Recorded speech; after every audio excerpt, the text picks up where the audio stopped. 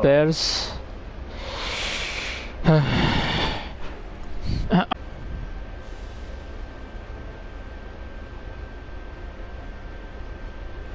Yes, Yeah. yes, exactly.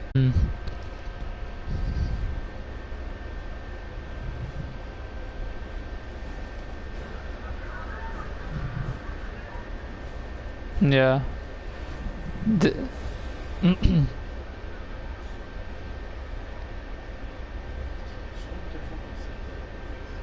Exactly.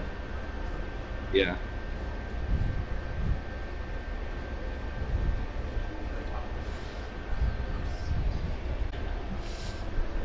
Exactly.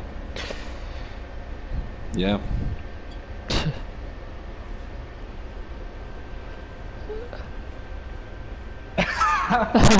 No, no, no, not really. I'll be happy otherwise. I used to compete in week 2 and week 3, but they say that it's better for me not to compete in this tournament and just to be the host, you know.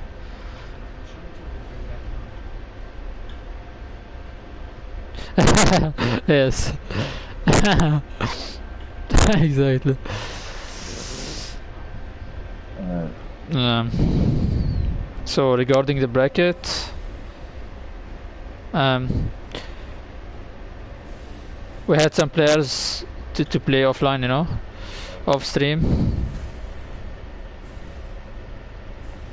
Yes. Yeah, we'll have some people playing off stream, and then we'll have the majority playing on stream.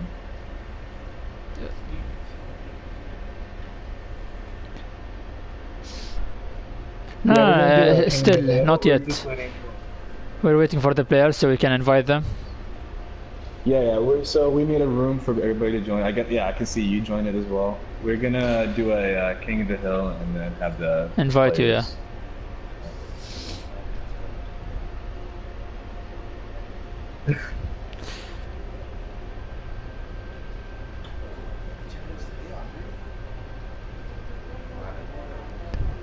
Yes. Yeah, my first fighting game was Tekken actually. I've been playing this game since I was a little rookie, you know, little young, alongside my brothers. And I've seen some players, Tekken Tag 1 actually, at back at the 2001. 2001. I was 6 That's years a long old. time. Yes. I was 4 years old. But I was just playing for fun.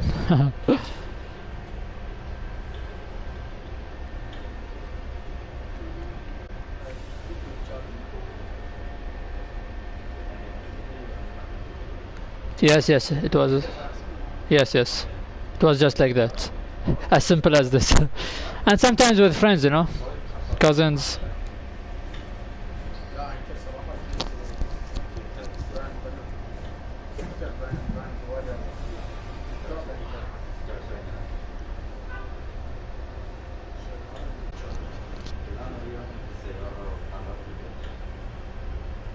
Definitely, man. Definitely, man. It's all about the way you grow up, you know. Yes, yes. Shout out to my brothers.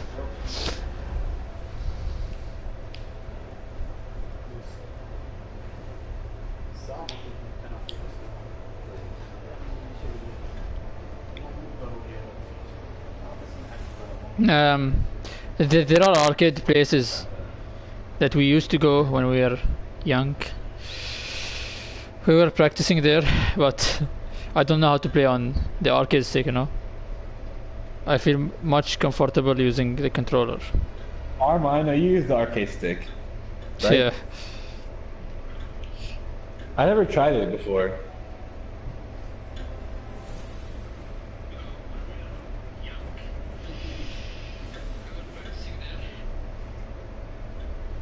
Yeah.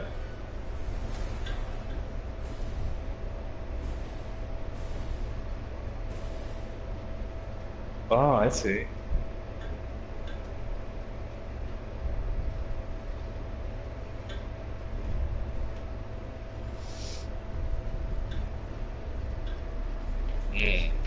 Mm.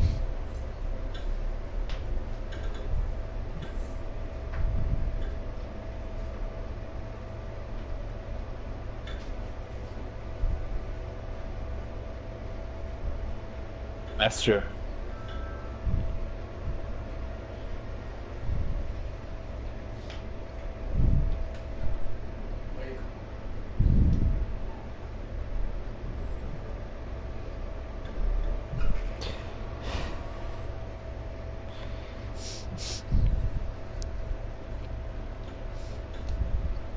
Yeah.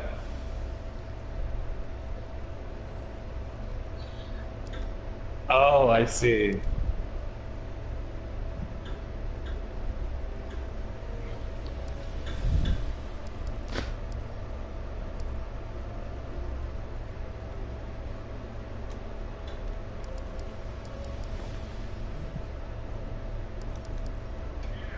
Oh my god, I didn't expect that. I thought that you're just 24, 23.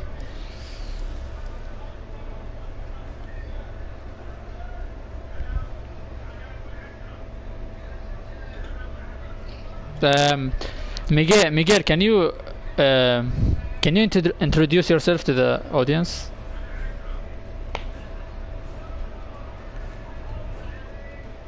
Week 4. You got it. You'll get used to it.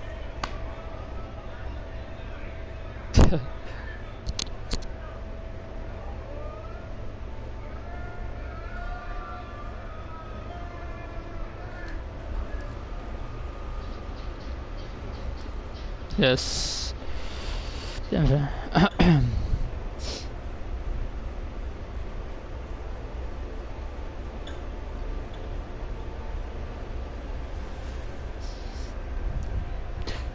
It's it's an honor for us also.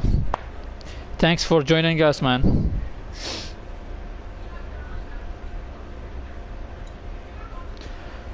So we are having our next match. It's going to be Amar versus Saad, but yes. No, not yet, not yet. All right.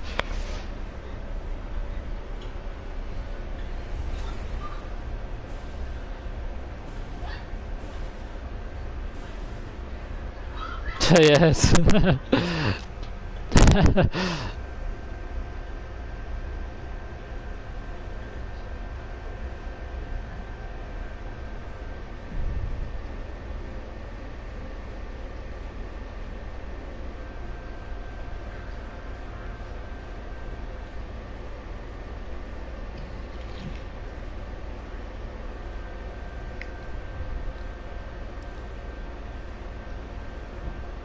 Mm.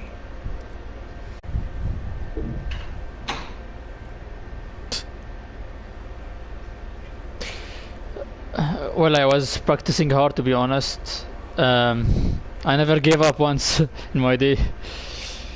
And it's also very surprising for people from our region that he went and was able to accomplish all the things that he did, because even if you're very good in the Middle East, you have no way of testing how your skills can go against people from like the U.S. or those pro scenes over there. There's no way you can quantify how well you can do. So going over there and just like kicking their butts is really a risk. Like if you understand what I'm trying to say, yeah. So like it's kind of like that even makes it more of an accomplishment, just like being a stranger, not knowing how people. It can be even like before the game, how nervous you are. You've never been on Evo, stuff like that can get to a person.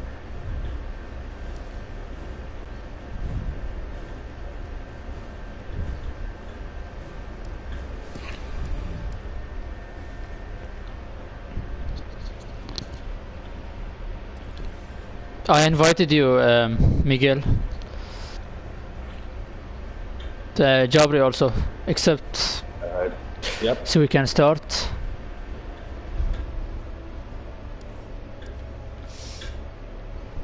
Yes, man. Yeah. Miguel, can you AFK?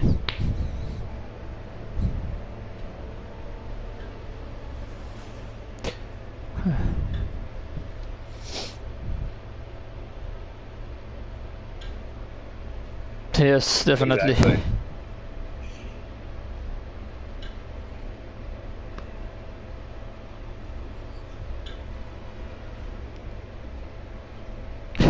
Especially when they take their the headscarf off, you know.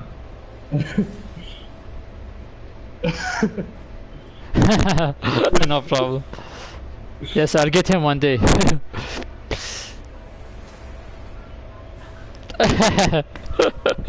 Yes.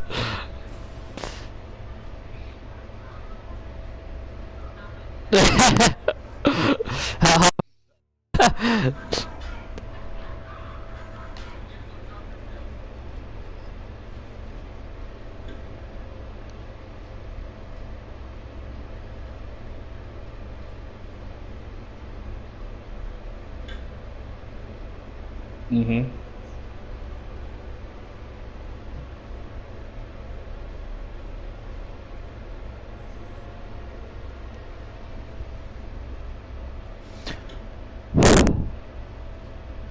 Yeah. Yeah, definitely. Like he even inspired me because like Injustice 2 is my first fighting game ever, and I got inspired to get into the fighting game scene because I watched him on Evo. It's like, if this guy can do it, you know, even if I have a little chance of doing it, at least I'll try. I'll give it a shot, and I really enjoy fighting games now. وين هون يا عبد الله؟ Okay. Yeah, see, yeah, it seems that there is a problem connecting. Maybe. بس أنا بطلع يمكن سبتي. Maybe. I'll invite him again. Yeah, let him try again. Okay. I'll exit the code and re-invite you guys.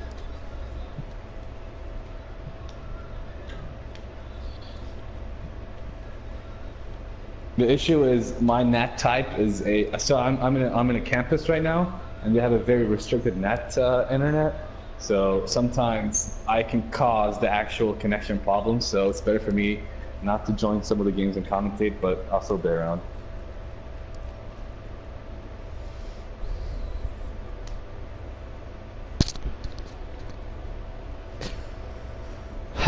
Can you exit the code, Miguel?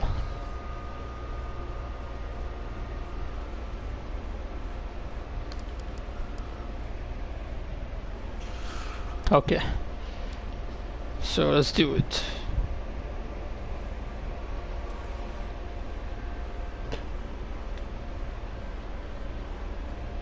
I'm excited. Same here, man. We're looking forward for Habibi War week 4.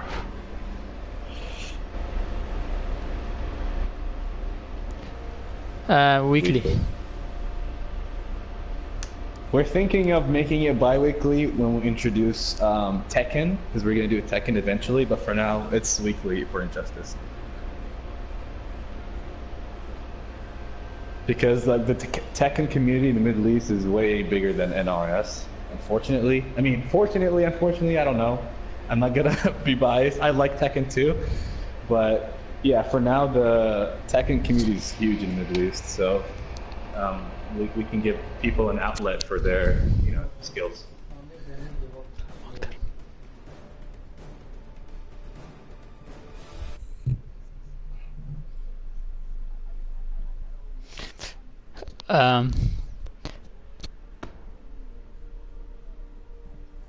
Have you joined the code, Miguel? Really? They've already started, man.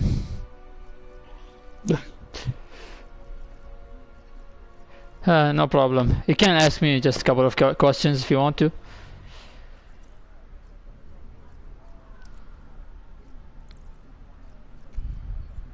Yeah.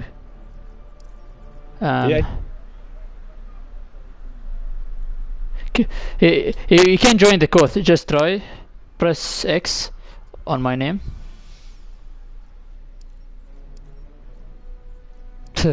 They both went for hidden select. Yes. Fighters approaching Metropolis. Well, try again. It's the next time you try, it's gonna let you connect, I think.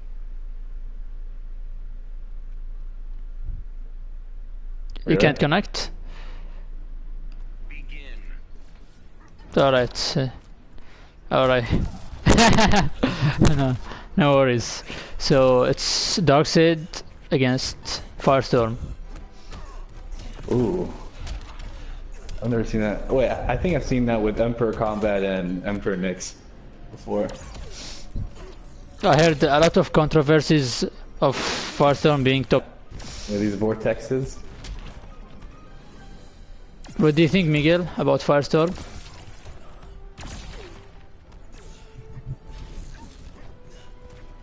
Weaknesses?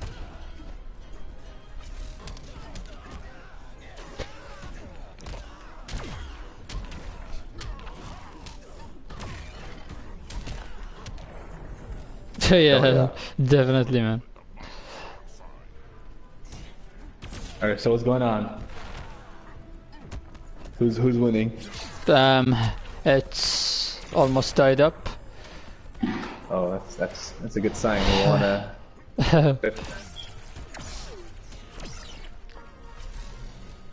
Darkseid is taking the lead now.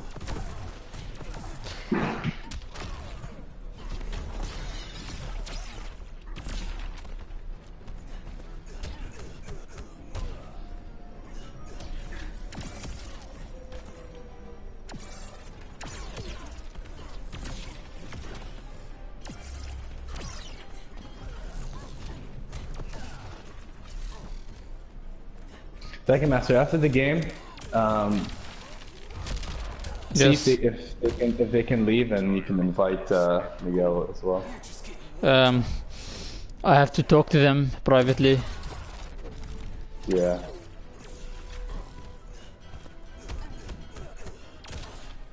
Yeah. Yes, that's the problem in Koth. Yeah, just try after the match. Just see if you can invite him.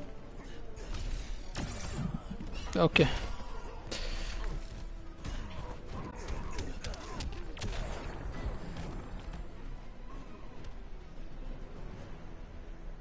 Firestorm wins.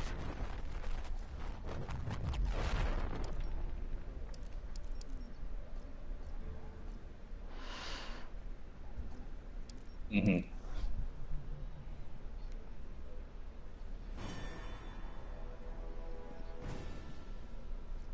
Oh, yeah, definitely. I think the most effective way is kind of like with Bane when he tries to go for the command grab after he drops you. The best way would be to jump, I guess, to let it whiff so he can punish it, just like Darkseid's wake up.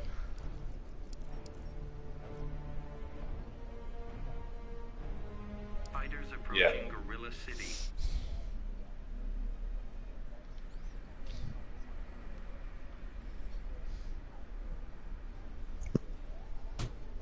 Begin. Yeah, same.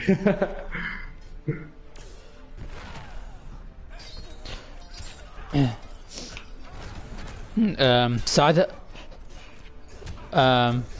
Saad has changed his character to Scarecrow, so it's Scarecrow against Firestorm now.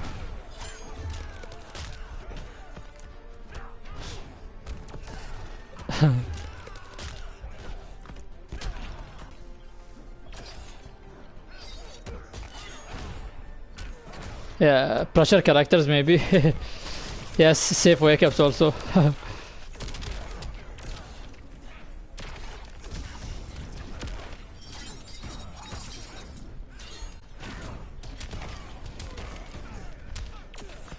Yes, definitely, man. Yeah.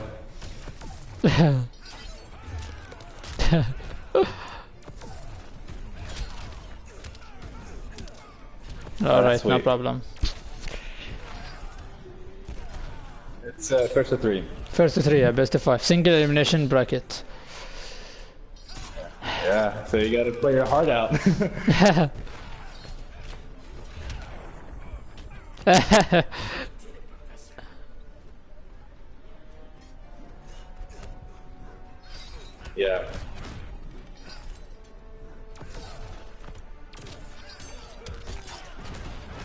Mm-hmm. We got him, Professor. This is nowhere yet.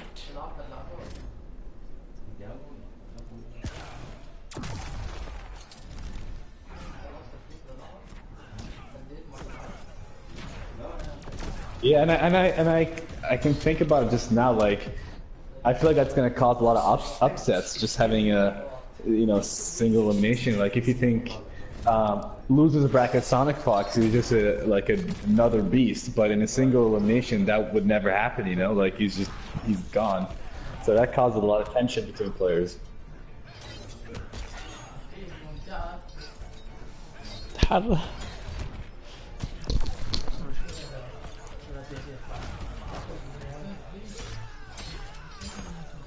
Yeah.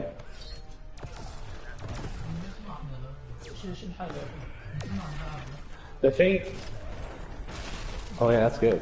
The thing is about Scarecrow, even though he's a melee character, like he has that presence with his back 3 range, with his jump 3 range. Oh, sorry, is it back 3 or forward 3? Yeah, I think it's a back 3.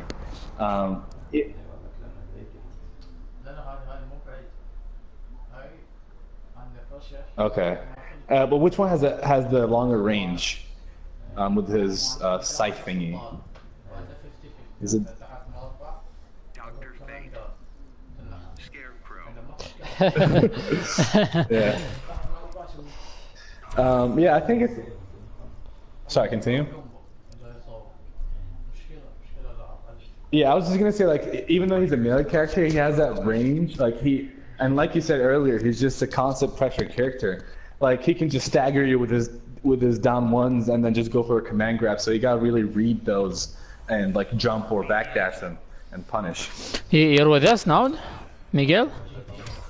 Yes, you can comment it now.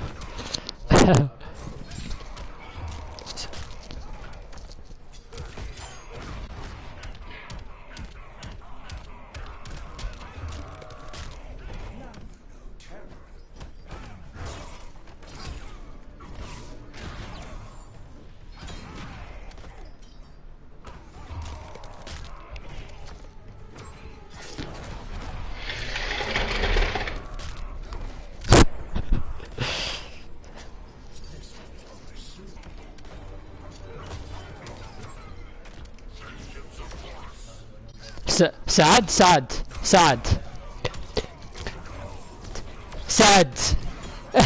It's Saad, not sad. Yeah, Saad. Yeah. Sad.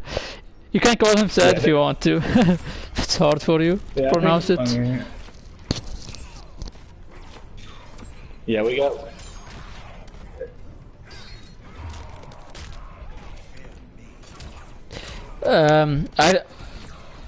Yes, I've seen a lot of people picking Dr. Fate against Scarecrow in tournaments because he suffers against zoners. Scarecrow.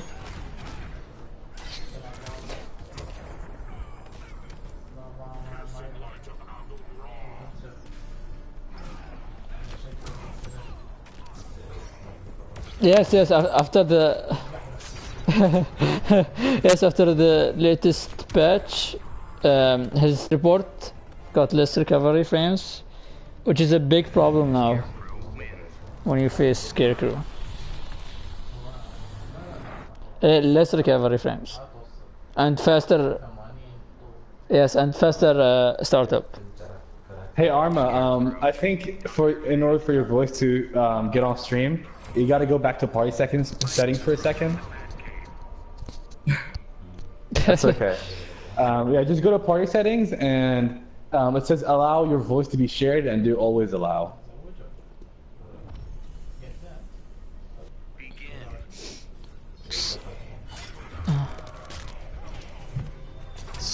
My bad, dude. That's okay. It's okay, man. That means nobody heard me. We'll do another introduction later after this match. So Omar pretty much sticking it out here, and that's it's admirable to see someone stick it out when they lose a match that badly, because Saad was in complete control the whole time.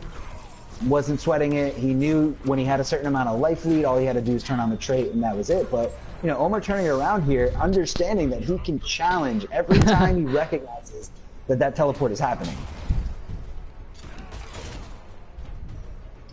Just throwing everything. Oh, the forward three. Now that is the range. That's the one that's got that range. That it's just a little bit it's dangerous to do like right in front of somebody's face because it has so much recovery, but it's a great way to just kind of add a little bit of meter, get through any kind of, you know, one-hit zoning option. And Saad, he's got him in the perfect position here. He's got him in the corner, and I don't agree with that decision at all. He gives Omar a little bit of real estate to work with, but he's not far behind, keeping the momentum on and just attacking him over and over again, not giving him a chance to breathe, and he's literally just jumping in front of him, jump toing over and over again. The arm protects me. 2-to-1 bar. Now pay attention that he used the only bar he had just because he wanted to make sure that that he could get just anything he possibly could, just to prevent whatever he could. Oh, really? We're teabagging, and we're going straight into the traumatize. That was absolutely dirty. So this is it for Saad. He takes it. It's 3-2, I believe, for Saad. Disrespectful, or is that just part of the sport? I don't know, man. I have no idea. I mean, you're Tekken Master. You've been on the stage. You've played in front of thousands upon thousands of players. Do you find yourself like? And it's happened to you. Correct me if I'm wrong. It has happened to you. Yes, several times. What goes through your mind when someone's doing that to you? Do you think it truly affects you the way that you think? No, not really. I don't give a shit about this. No, you just don't. It doesn't phase you at all. It doesn't. No, it doesn't. It doesn't work. Yes, it doesn't. I mean, it's hard to grow tough skin like that, especially when you're in. You know, it's kind of like someone just rubbing your nose in a mess that you made. You know, an entire game when you get outplayed and the person has nothing to fear and they're just teabagging. Yes, exactly.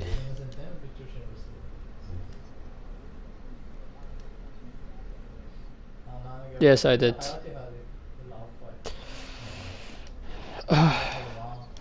Alright, man. See, every time you go to the menu here, it actually cuts out every other voice, I believe. Yes, it does. Yeah. Yeah. So That's the problem with streaming with the PlayStation. But next week, I'll help him do the PC setup. We'll have a layout for like the score and the names and all that good stuff. that's awesome. Yeah, no, it's I mean, it's just way easier, and yeah, that's just the.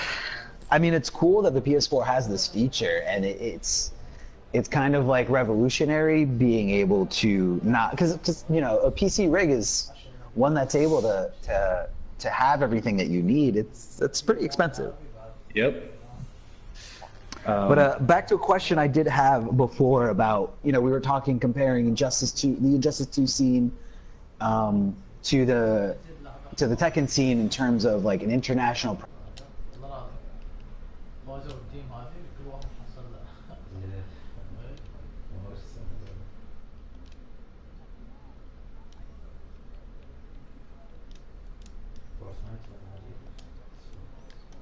Like the DC comic book lore, like what is the comic book lore and community out there? Like, do you really hear people talking about comic books a lot, or is that just like?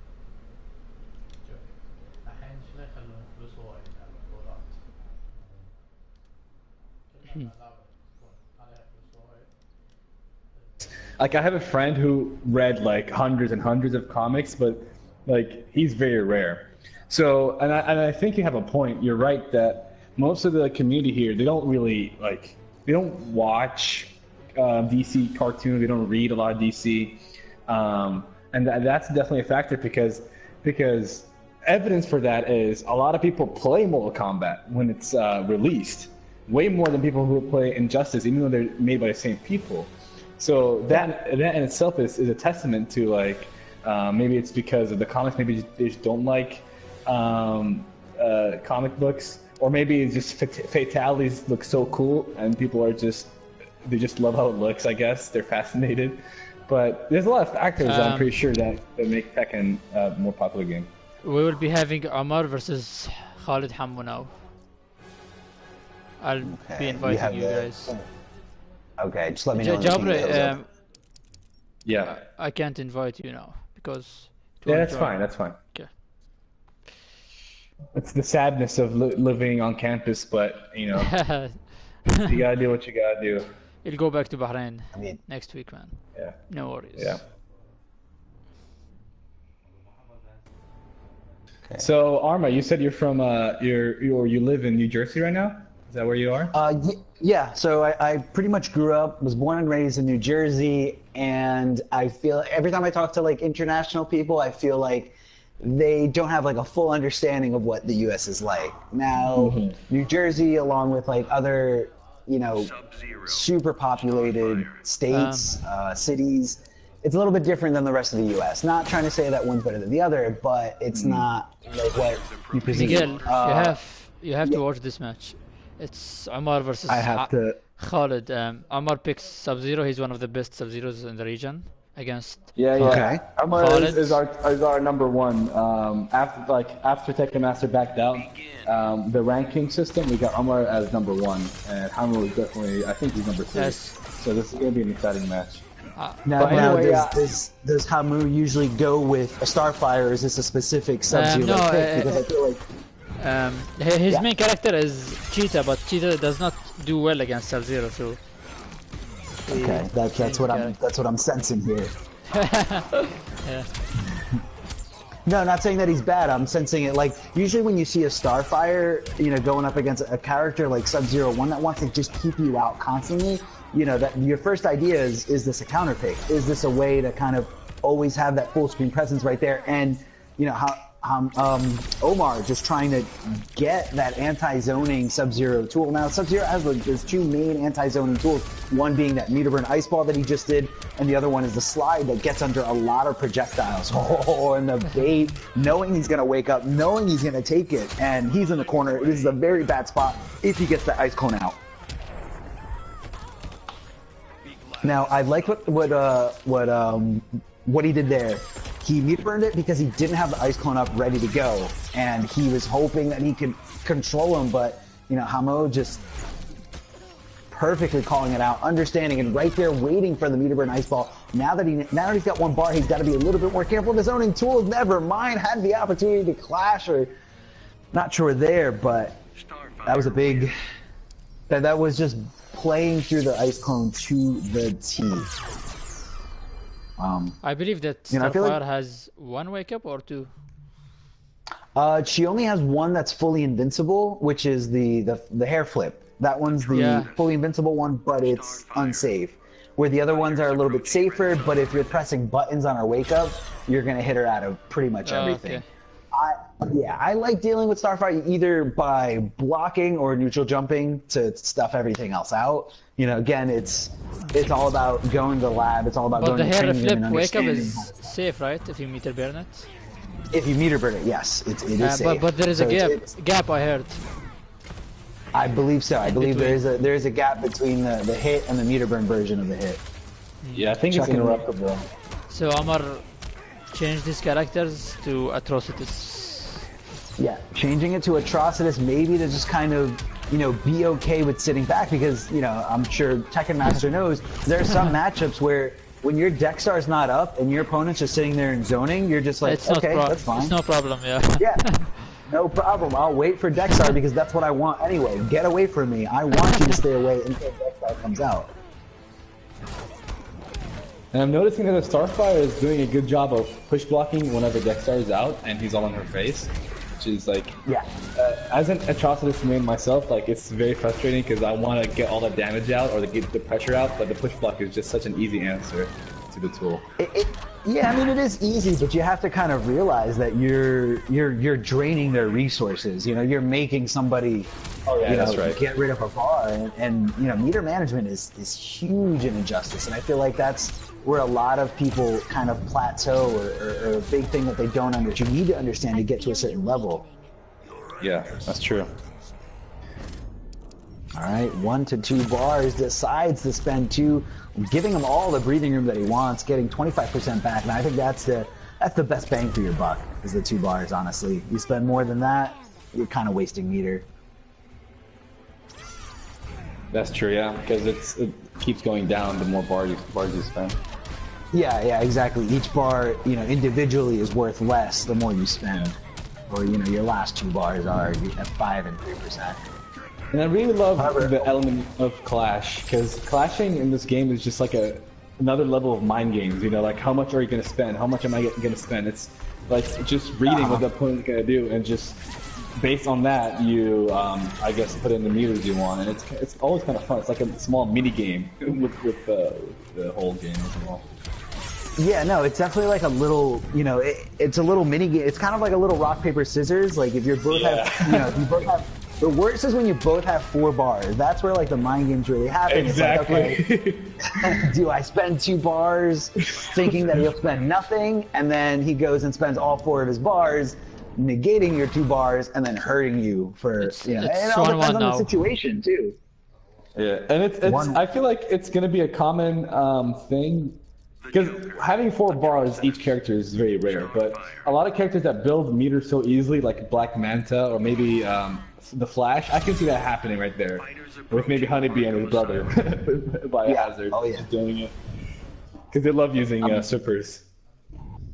Or the other one is if you're playing a Harley Quinn player, they're most likely gonna burn all their bar because she doesn't need it. She doesn't need it to convert into the combos that she has. She needs it for pressure. She needs it for me to burn cupcakes. But a big example of it was Hayate versus Biohazard at the IPS finals, and there was a situation where Hayate didn't think Bio was gonna spend everything, but of course he was gonna spend everything. He's a Harley Quinn player. Yeah. Like he doesn't. You don't really need it. Yeah. As long as you get that low, that's it. You can just get a meterless back 3, and that's your whole combo. Exactly, and Robin is like the opposite of that, where he needs it to get damage, because if he has no bar, he's not getting anything, That is very true, because my friend plays Robin, and without meter, I can just bully him. Yeah. Oh, no punish there on the background bounce. Here we go, the hair flip does get punished, the back 3 after the background bounce. Not enough time for Dexar to come out, but Dexar is ready and on deck, ready to start something. So what's he gonna do out the gate? Just goes for the wake up. This princess does not back down. I was so sure he was gonna go for Dexar. I was like 100% sure. He's like, you got some breathing room, go for Dexar. Yeah, no, and smart stuff there, knowing that even if he did block, he was gonna get chipped out by that puddle. Can we talk about how Dexar's shot just got right under Starfire's down 1? I don't know. Does that happen often? Does that happen often, or is that like that was a special thing there? It was a special thing, definitely. Okay, so Starfire's down 1's got a little bit of a low profiling characteristic to it, kind of like Catwoman's old back 3. Yeah. Very interesting. Oh yeah, her old back 3, yeah. She got nerfed. That back 3, yeah, she come did. on. It was such a dumb back 3. I'll be honest. Like just watching more of the gods and Samij just pulling his meterless combos and his back 3s. I'm like, all right, look, I like Samij and all, but please, I want someone else to win. That's true. Samij just needs to get banned from more of the gods. That's what I want. He's too good. Or we can just move Tekken Master to the US and let him, have a competition with Samij. Run back from Evo. Come on, Tekken Master, move to the US. You know you want to. It's hard for me, actually. But yeah, you were talking about New Jersey earlier, and you said like how it's overpopulated. And to be honest, I'd rather have that because you have a lot of people from different cultures, and you have like a lot of cuisines like you would never have if you were like in the middle of Pennsylvania, like I am.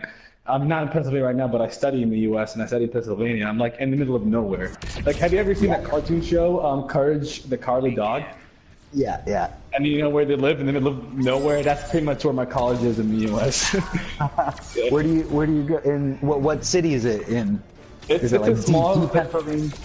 Yeah. It's like north of Pittsburgh. It's called Grove City. It's a very small community, but that's far. Yeah, it's very far.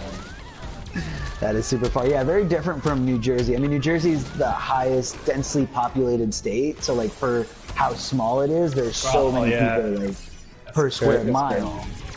But you know, but growing up here, like I was exposed to so many different cultures. Like I could think of pretty much anyone from any country, any region that I've met over the years. And you know, like you said before, the food, you know, it's great. I love it. I wouldn't live anywhere else but New Jersey or you know, somewhere that's really, really populated. Yeah. Well, we talk about this damage over time. Is it going to be enough? No, she gets through it. Sorry, man. This is actually like super intense here. These guys are like going toe to toe. That's good. That's good. Yeah, like we anticipated this just because we know who they are. They're like very good. Usually they rank highly in the tournament, so I was just excited for this match. So Omar, did you see this Atrocitus pick? I thought he was gonna go Sub-Zero, but I don't know about Tekken Master. What do you think? Well, he main Sub-Zero, but he has some backups. Atrocitus, Dr. Fate. I mean, you can't just main one character in this game after all. That's true.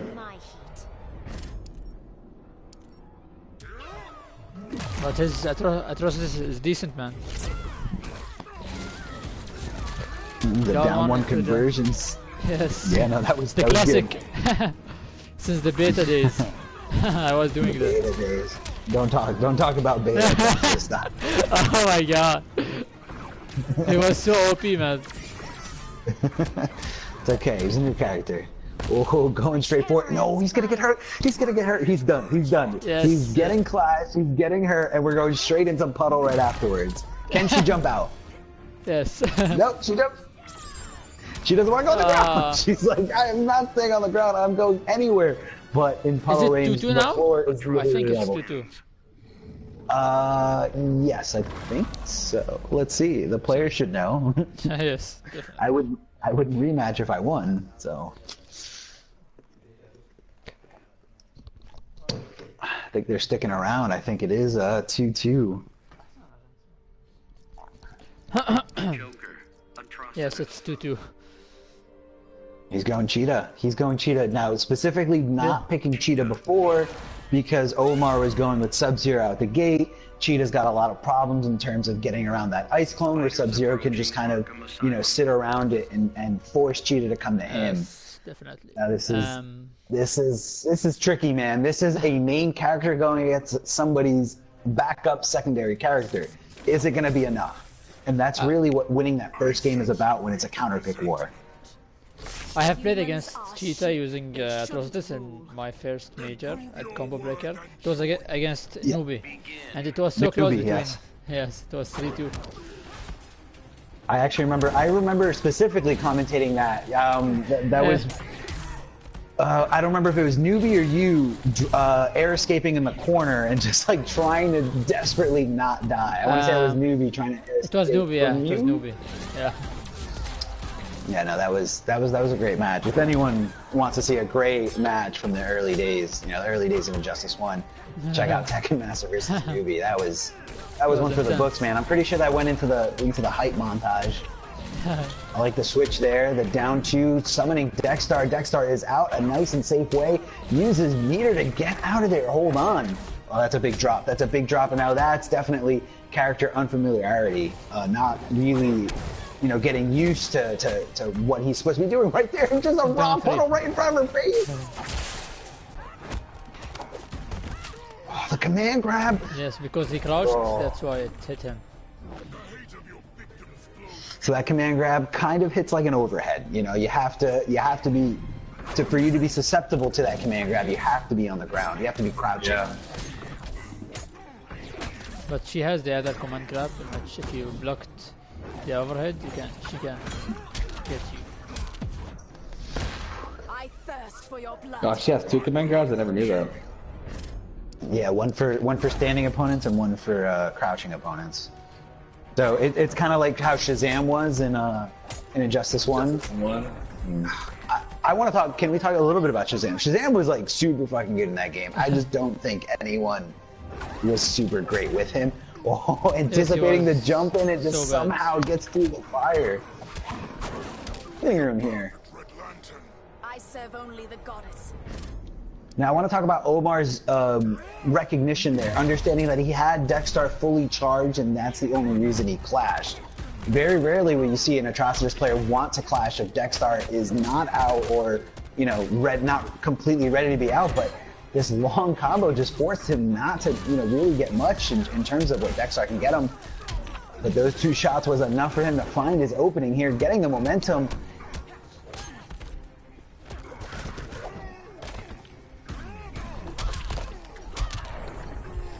Can we talk about those reactions? Can we understand that he saw the meter burn back 3, and you know, even if he was in range, he was looking to just go right through that one hit. Yeah. That was sick. That was sick. Whether or not that would have connected, that would have still been a win-win situation for him, and that was a very smart choice. Yeah, no, So, that was good. FueledPunk takes it against Omar. Can you Is it exit the 3-2? code? Yeah, we gotta leave the room. I'm leaving. We have Strategical now against Sharkteeth. Ooh, Sharkteeth, your boy, Yes. Sharkteeth. Now, you know, are you guys like from a very similar area? Like, are you guys, you know, do you guys reside close by? He lives in a close by country. Like I live in Bahrain, he Okay. lives in Saudi Arabia, which is like Now, outside of like tournaments, do you guys like get together and play, or is it just merely like an online thing? online actually. But sometimes we meet internationally when we travel. That's crazy, man. How much of like what, you know, is it just like how long does it take for one of you to reach the other one? By flight, you mean? Oh man, are you serious? You have to go by air? You can't Yes, drive? yes. I can go by car, but it's too damn far, man. What are we talking? How many hours? By When we say flight, far, we don't actually 3 mean hours. far, according to the US. Yes. So I know, because I know a lot of my friends in the US, they legit drive for like 8 hours, and that's nothing to them. And for us, Yeah. driving for 3 hours is a lot. Miguel, Well, I mean, can you it's join also the code? yeah, I'm joining. It's Even also like Jabree. I'm assuming like the infrastructure, like the roads, like sometimes it's not like a straight shot. Because I have family in Colombia, and you know, being 50, 100, 150 miles away isn't the same thing as like it would be in America, because there's no like straight highway there, or you have to go like a real ass backwards way to get anywhere. So is that what it's like over there? For us, with Saudi Arabia, we're very close. Actually, we have a causeway connecting us, because we're our country, me and Tekken Masters, it's Bahrain. It's very, very tiny, actually. So our island is just like right off the coast of Saudi Arabia, and we have a causeway. By the way, I can't join, so you guys can just start without me. But we have trying to a. connect. Yes. Okay, I'm in. Continue. You have a what? AFK Darth. Yeah, so we have like a bridge connecting us to Saudi Arabia. So does Sharkteeth live closer to us in Saudi Arabia, Tekken Master, or is he more to the west, more in I don't know? He's in Jeddah, I guess. Yeah, that's like 5 hours driving, I think, to get to where he is at least. That's far, man. Like I would not. You know, that's the equivalent of like me having a training partner in Boston. Like that's a far drive. That's not like something you can easily do, and that's insane. You know, and that goes back to not having like the same resources that everyone else has. That's true. Adam, all right. Can we? I can't see the match, so I'm just gonna talk about Adam. Tekken Master, what do you think about this character? Now, this is a character that wasn't allowed in the Injustice Pro Series in Season 1. This is a new character, and, you know, we're seeing the havoc of this character in the hands of Gur. Do you think this character is really, really overpowered, or do you think nobody understands? I tried practicing with this character. What I love about this guy is that he low profiles everything, and his trait is just awesome, man. Yeah, it's You can get the first hit easily, man. by using. Yeah, it's kind of like a given. Like you really can't stop him from just applying offense when he wants to, when his trait is ready to go. Now, but the question is it too much? Do you think it's like he's a little overpowered, or I think you know, because he's a fair character, man. He does not have the best strings, you know. Okay, I Only his understand. down three. No, but it's just like it's so. I mean, I wish, you know, oh, someone else is in this King of the Hill, Tekken Master. Somebody joined. Yes, he did. So you might have to kick them, and Yeah. how can I kick them? I think I can. Press Still fighting a girl, hero? press on the touchpad, Tekken Master, and see if you can select his name and kick him. I can't. Just says that downloading profile. Okay, then next round, just make another room with 4 slots. is this your room, Tekken Master? You should be able to kick him. I cannot. Yes, it's my room, but you cannot kick people. Wow. Kind I of guess weird. 'cause it's in the room, yeah. Or I think you have to like specifically set it up for that. Not But happening. Make it private, yeah. Anyway, yeah, I've only seen a couple of people. Actually, it's very rare to find anybody who can really block against Adam's trait. Like, who's the best blocker in the game? Obviously, I think it's Dragon. Dragon can just block anything for days. And even when he plays against Adam, you can see he struggles blocking against a trait. So the simplest solution would be, even though you use your resources, you would have to burn a meter to push block it. no. Can you exit the Koth, Miguel? Yep, I'm exiting now. The Koth. So who took the first game, Tekken Master? Sharkteeth. Good. Who did he play? Super Gear against Atom. It was so Okay. close, man. It went to the wire. That's good. That's good. That's what I want to hear.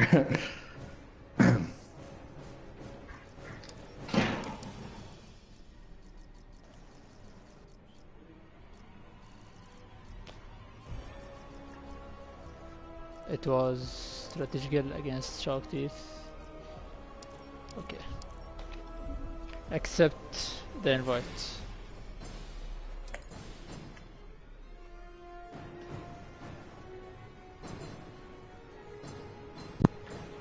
Accepting.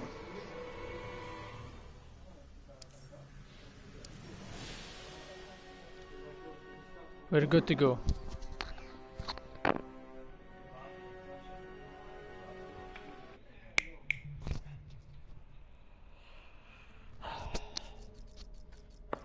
Supergirl. Adam.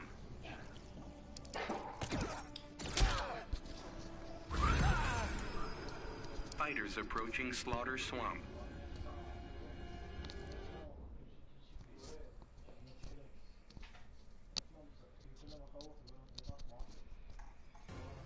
Begin.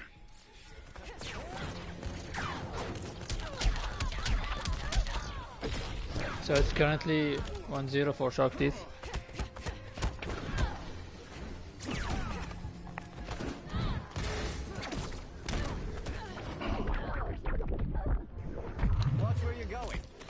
I love that throw animation. That throw animation is just such a great like display of Adam's power, his ability to just like literally get in your head. See what you did there. Oh, the meter run back 3 right after the down 1, understanding that it's a big time. Even if he did want to meter burn that breath, it takes a long time for it to start up on those 2nd, 3rd, and 4th hits.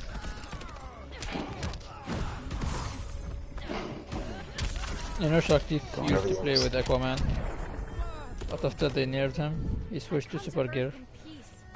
And then they nerfed her, so now He plays Black Adam also. Oh, and the teleport, what a great way to just kind of throw all caution to the wind. But, it's a great way to just kind of like home in on Adam when he's shrunken down. Go ahead. Yes, underestimate definitely. me. So, you know, I guess that was really Sharkteeth's understanding. He wants to put on like a huge hitbox to just make sure he reaches that tiny little hurt box of Adam. Oh, he thought it was enough. Is he gonna give him another teleport? No, the down 3, the sweep. Just trying to knock Supergirl off her feet. That trait activated, just the easiest, you know, aggression button. Turning it on and a punish there by Sharkteeth, recognizing, understanding. Now you really need to hit confirm when you're playing Adam. You need to hit confirm all those hits and, you know, avoid getting punished from those recovery frames. Strategical's in a bad spot right here. He's in the corner. What a tricky setup. Going to the other side after the dash in. Oh, and those was that the fraudulent string that you were talking about, Tekken Master? Were those the Yes. bad strings? Yes. And you know, Sharkteeth understood. He knew right when to put on that pressure, when to fight back, and it's good stuff. Good stuff by Sharkteeth.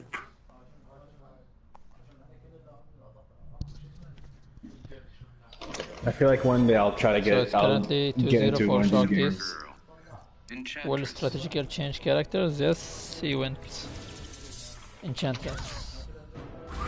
Enchantress. Slaughter Swamp. Okay, interesting. Enchantress. You know, she's got the hexes. She can just kind of try to implement something. I feel like she's got more of a full screen game than Adam does. Yeah. Do you Adam think? does. Sorry, I was just gonna say. Do you think her curses can be punished by Supergirl's teleport? Like, do you think it's a good tool to punish her curses? I mean, yeah, it is. I think so. It's a good way. I didn't really think about that for this matchup. You know, she really can't set up shop when, you know, she's going up against a character like Supergirl, but she could bait it out. She could bait out the teleport and punish, but right now, Sharkteeth's not giving him the opportunity, giving him a full combo and baiting out that wake up. Slight little drop here, though. Jabree will be going against my brother, Hanzo, after Okay. this match. All right. He just came. Can play now. Whew, Sharkteeth understanding how to get around those wake ups, how to implement the pressure. I really like it. Yeah, I played against Sharkteeth several times using Enchantress. Oh wow. Here we go, Strategical trying to get something going here, getting over. I thought he was over the car. I thought he got over it somehow, just got crushed by the back of it. All right, he finally got a hex on. What's this hex gonna do? It's really hard to see the pattern when she's moving, but you know, Enchantress's hex does give, you know, your character, your opponent, a temporary nerf. That nerf being anything between turning off special moves, doing more damage while they're crouching, Or jumping. yeah, or jumping. I don't know the patterns yet. I know Tekken Master is playing a lot with this character, so I don't know if he knows the patterns. I think the Yes, third one is I know some of them. where you can't flash. Okay, that's right. There's one where you can't clash. well, Some of them aren't great. Some of them well, aren't great. there is 4 types. The Fiho, it like enables you from doing special moves, Yeah. Okay. and the Manas, no clash or building super meter, Okay. and the third one, damage for using super meter. So it's 3-0 now for Sharkteeth. Yeah, no, that was a convincing 3-0. Do you want me to back out of this King of the Hill? Yes, do it. That was I a guess- convincing 3-0. I guess I'm next. We have Hani versus Jabree. Let's do it. I think, yeah, so, Arma, just so you know how to pronounce my tag, because I have a W where it's not supposed to have a W, but it's just Jabree. You can call me Jabree. Just Jabree. All right, I Jabree. got Yeah. it. Jabree. Jabree. My No, brother I- will be I like playing to now. Americanize it. He'll be using the same Alright. account that I'm using. I have 2 Alright. brothers that are participating in this tournament, so they'll be using my own account since they are living in my own house. Okay, so you're trying to tell everyone at home that it's not you. Yes. This is not Tekken So Master playing. Jabree just start Tekken the Master's match. lucky. He's lucky he's not going against me, you know? Yeah, no, I agree. I agree. He doesn't All right, want it. I'm gonna take off my mic for a second. Yeah. So I can Alright, man. focus. All right. Well. Are you advancing the bracket? I don't know if the bracket's updated, but anyone who wants to check out. Yeah, anyone who wants to check out the bracket, anyone in Twitch, whoa. Anyone in Twitch who wants to check out the bracket, you guys can go to challenge.com/HBBWars4. Habibi Wars 4. And you guys can see the bracket as it unfolds. This is a single elimination bracket, so the pressure's on. It's pretty much like you're going into a tournament, just one tournament life. There's only one bracket, only one loser's bracket. No button checks here. So. So Hani, my brother, known as Hanzo, is picking Green Arrow currently. Jabree went for Atrocitus. Yeah, he went for Atrocitus, and you know, I feel like this is a good. Now, I feel like this is a good pick against Green Arrow. Again, yes. Atrocitus being that player who. I feel like Atrocitus is like that perfect anti-zoner character, but I don't know how you feel about him. Well, yes, against all characters except for like Black Adam and Dr. Fate. He struggles against them when it comes to zoning. Okay. So I feel like Dexstar, you don't feel like Dexstar is enough of an asset to get through Dr. Fate zoning? Yes. Actually, I've been seeing Theo using Dr. Fate against Coach Steve in Winter Brawl. Yes, that's true. That was a mopping. Yes, it was 3-0 for Theo. Yeah, that was pretty free. So I could see it. I could definitely see it. Oh, converting even the blood puddle. I would personally pick Dr. Fate against anyone who picks Atrocitus. Oh, and the back throw, understanding he wasn't trying to press a button, he wasn't trying to get off the ground, he was just sitting there blocking, waiting, and hoping not to get punished. Alright, now when Green Arrow doesn't have those, those real arrows equipped, I feel like that's usually your key to kind of go in and anticipate him loading up that quiver. Because if you take one of those regular green arrows, as long as you're on the ground, it's not really going to do much to you in terms of damage, in terms of combo ability. So you really have to manage his quiver. You really have to understand what he's got and when he's ready to go. So Hanzo takes the first game. Okay. And that was quite a bit of turnaround, because I feel like Jabree had it in the beginning, out the gate. He put Green Arrow in the corner. He understood when to throw him. He understood, what was going on in his head. And I feel like I feel like he just he broke out of that. He broke out of that. And here we go, Jabree switching over to Dark Side. Maybe Dexstar's not enough to really stop him at full screen, but I feel like Jabree had that game if he just played a little bit more patiently. My brother Hanzo, he was getting frustrated playing against. That's true.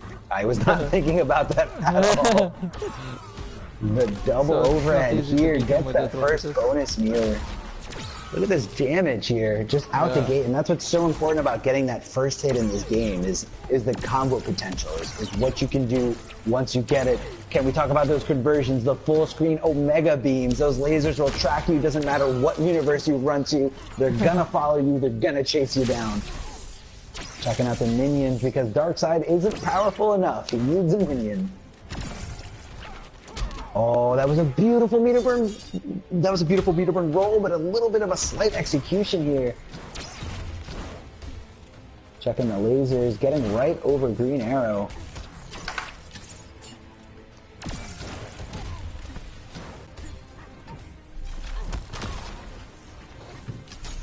And that's a big whiff there. Teleporting, trying to take out this little bit of gray health, and he finally does.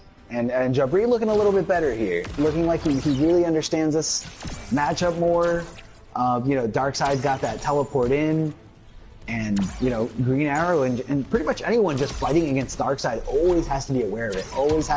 That always has to be in the back of your mind. Like, when is Darkseid going in? What is he going for?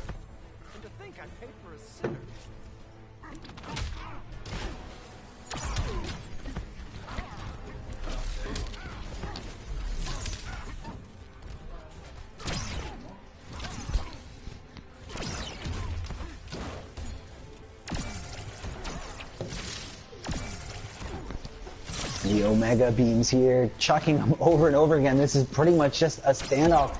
The only difference is that Jabree, in order for him to really have a strong full screen presence as Darkseid, he needs to spend meter, and that's something that Green Arrow doesn't have to do. So Jabree is trying to completely, you know, avoid a clash situation. That was a smart move there. Didn't go for it. Didn't go for it. He jumped forward. He jumped forward to continue his combo, and he's like, wait, no, I messed up. But let me fix this. Let me not press a button right in front of him. Did you see that? He caught himself. Yes, I did. So will he my absolutely brother caught change himself. Characters? Because my brother Is he gonna plays like change so many characters, different characters. I wonder why. I wonder why. We always play the counter pick war here in my home. Let's see which counter for Darkseid. Is he going for Firestorm? Now Firestorm, he's got his troubles, but you know this character's been he's been a hot topic. Everyone's been talking about Firestorm, you know, avoiding any kind of nerfs, but I guess we're gonna go with Dr. Fate instead. Again, now I'm seeing a zoning pattern. Is your brother more of like a zoning type player, or is he more like aggressive? Like it's mixed, you know, from both. Okay, so he's not like committed to one. Yes, yes. Now that's something very tough to do, and a lot of people do, you know, downplay and down talk just zoning in general, especially if you like look at YouTube comments. But you know, zoning's not an easy thing to master. It's really like a full screen game, a full screen chess match for, you know, spacing, for resources, for anticipation, and it's not just simply throw fireball, throw fireball, throw fireball. It's everything is with complete thought. Whoa, trying to go for the interactable, just a little too tall, getting clipped in the feet here. And, you know, Dr. Fate completely okay with this, completely okay with this range. And, you know, it's all a matter of time before Darkseid decides to teleport in. This is the low stomp. Oh, the wake-up knees. You gotta watch out. You gotta anticipate the meter burn. But Dr. Fate still in the driver's seat, still in complete control here. You know, he's not sweating it at all. He's, you know, he's not even trading here. He's winning at the full screen game, and he's waiting for that teleport in. No conversion there. That would have been a great help. Instead, Jabree decides to take all this damage, all this unnecessary damage because of one mis-execution calculation here. Whoa, that was okay. We can agree that was a waste of 2 bars, right, Tekken Master? Yes. Can we agree? Yeah. That was not the right call. Now flipping out to save yourself from a combo when you got a little bit of wiggle room, definitely a good idea. When you're down to no wiggle room, you might want to rethink it. You might want to hold on to it for the clash for the next round. Most of the players, when they knock Darkseid down, they meter burn 4-3 to, you know, to break his wake up. And will Honey flash? No. No, not clashing here. Deciding to hold on to it. Not sure. I think he just sees that the victory is within his grasp, especially because he can meter burn those projectiles. Yes, blocking that. And, oh, he woke up. He wanted to do something. He wanted to do something, and that's kind of like that instinct you always want to fight against. When Darkseid takes to the air, those Omega beams are going to make contact if he meter burns it. If he meter burns it, they're going to make contact, and he's actually able to move before you. So you better think twice before trying to challenge in between, you know, his air meter burn Omega beam and anything else he wants to do. And that was pretty much what won Jabree the game. There was the disrespect. I mean, come on, isn't that what you do when you block Darkseid's air Omega beam? You don't want to move. You're so negative. Yes, exactly. Should not. You're so disrespect. Yeah. So the meter burn you're version so of his lasers. Yeah, So exactly. Hanzo And for went those of back you who to don't Piano. really, and for those of you who don't really like know frame data, and you hear, you know, in various fighting games, and you hear +3, -4. Well, what that is just frames of you know, they're just fractions of time, and all it is when you can move before your opponent can, or when your opponent can move before you can. Back to Green Arrow here. Not sure why. I mean, you know, the Dr. Fate, that was a very close match. You know, it really came down to just a few miscalculations, maybe tighten up the execution here and there, but I wouldn't say he wasn't in control at all. I think Renaro does well in this match. Do you think he wins this match? Yes, he does well, yeah. I could see that. Again, like really he no can reason low for him arrow. to go. Yeah, he can low arrow. And if he teleported, he can down 2M. Yeah, and that's really like kind of like how the Omega Beam, you know, the standing one, how it works is it actually hits you as a high. I know the beams go everywhere, but they're Yeah. technically only highs, and you know, Green Arrow being able to fire off a projectile while being in a crouch state is huge when you're playing the zoning war. All right, checking that fire, trying to catch him on the wrong side here. A little bit of an execution error, but he's got a lot of wiggle room, and Jabree has a huge mountain to climb, getting hit with that ice arrow, susceptible to a full combo, force that clash. Cannot win. Quiver's not empty yet. One bar, trying to do a little bit of damage here as Jabree decides to hold onto it and decides that he would rather keep the bar in terms of, you know, attempting to make some kind of comeback here. Goes for the low stomp right after the jump in threes and again misses. The Omega Beam's a little bit more respectful this time, or, you know, maybe it's just because he can stay crouching. Doesn't have to worry about this regular standing Omega Beam.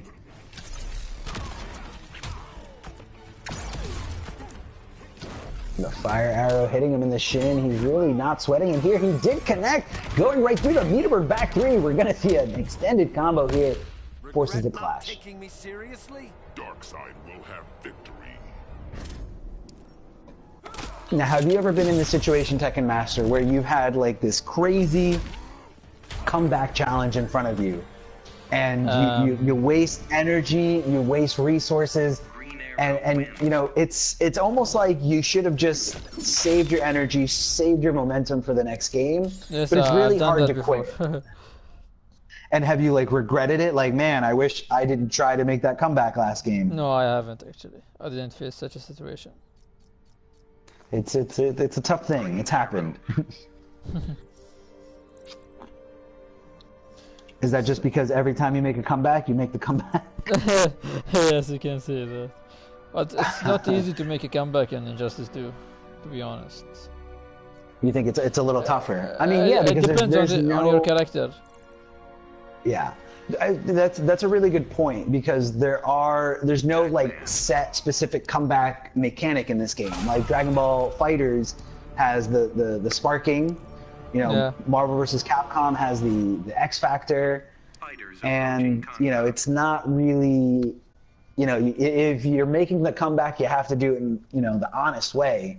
And if you're fighting a character like Black Adam or Scarecrow, or I would even say Atrocitus, it's really hard to make those like tiny little pixel comebacks. Or man, even like Batman. As soon as Batman gets any breathing room, he can really, you know, force you to block so many things. But yeah, I totally agree with you. It is tough to make that comeback in this game. Yes. Alright, so Have you Jabree played going with any yeah, other he's fighting going games with than Batman Injustice here. 2?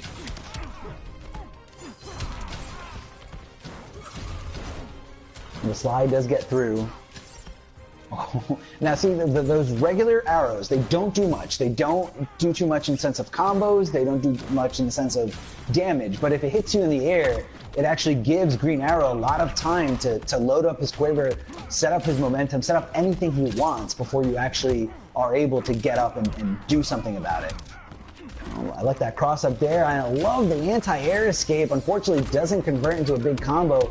And that interactable is going to play a huge role here, because Batman's going to be the one wanting to chase down Green Arrow in this matchup. Again, with the cross up here, you got to teach your brother how to block those crossups, Tekken Master.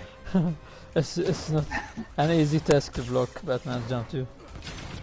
I mean, yeah, you're right. It's not, but in that, I feel like the corner is very weird in this game. In the corner, when Batman jumps in on you, the cross up happens a lot sooner.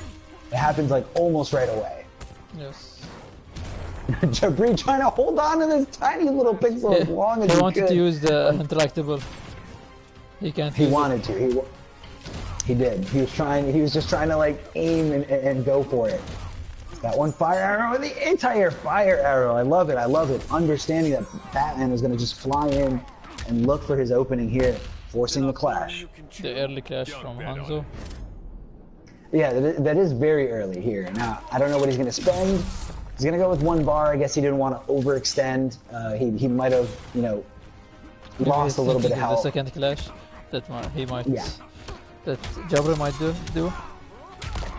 That's true. That's a very good point. I hope this See? isn't your best. Can't beat Taekwondo. And then, you know, I think that's a good trade because, you know, Jabree would have got 15% of his health back versus the 10% that your brother would have gotten back if he did spend that second bar. So it's all about the clash mind games. It's meter management. Very, very important. And I love this decision to go over to the other side, but, you know, we have interactables on both sides that help Batman get in on Green Arrow. There it is. A little bit of a drop there. The back 2-3, and you know, Jabree unfortunately giving Green Arrow the breathing room and the space to go for the Savage Blast. The Savage Blast is really, really tough to punish, really hard to kind of give Green Arrow the incentive to stop going for it.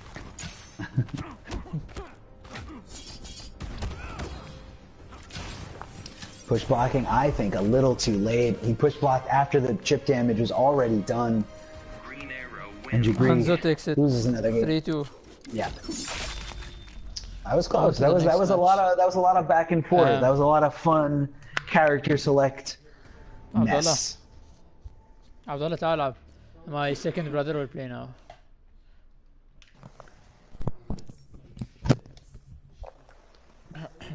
Hello. Jabree. I'm sorry, man. Yeah, I dropped a lot of my combos, which is unfortunate, but it was good games. GG's Jabber. You played well. GG's. But you should have not picked Batman at the end. Yeah, I regret Yeah, well, it later.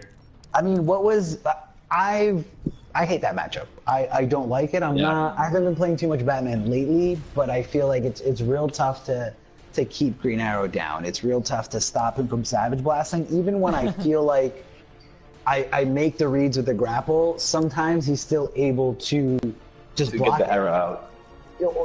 Either that or just Savage Blast and still be able to block. And it's, you know, going for raw grapple is the biggest risk out there in terms of, you know, playing as Batman. I don't know. I don't know why you went with that pick. So my thought Should've went process, back to I picked Atrocitus. I picked Atrocitus first because I main Atrocitus, but I felt so uncomfortable with the matchup. I don't think I was doing well, and I didn't learn the matchup quick enough for me. So I was like, I'll go for a zoner, and just because he did as well. Well, Darkseid's not really a zoner; he's like both in your face and zoning.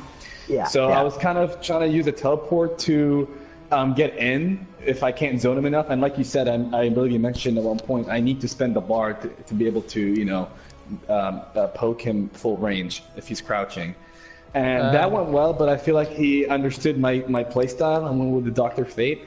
And I was able to win the one game. Yeah, what's up? Miguel, can you AFK? Oh, I'm sorry. Yep, I got it. So it's my brother Undertaker versus Moody now. I'll be off the mic for a while. Is he the Undertaker because he loves wrestling? Yes, he loves Undertaker. Wait, leave. Are you in the game? I can join. I think I can join you guys. Since I just played against your brother. Moody left the game. I don't know why. Miguel, can you leave the code? Make another slot, Tekken Master, if you can. Okay. But yeah, so he read how I played my dark side and he adjusted pretty well. And since I wasn't comfortable with the Atrocitus and my dark side was pretty much going to get beat, the only character I know how to play other than those two was Batman. And I was like, I will try my best to keep him in a vortex loop. But the map that we got was very unfortunate because there's a lot of ways where he could have escaped using the interactables. So it's pretty much a lost bet, I guess, because of the map. Yeah, this is a little unfortunate. But it was fun. I enjoyed it. To exit the coast. I don't know what's wrong.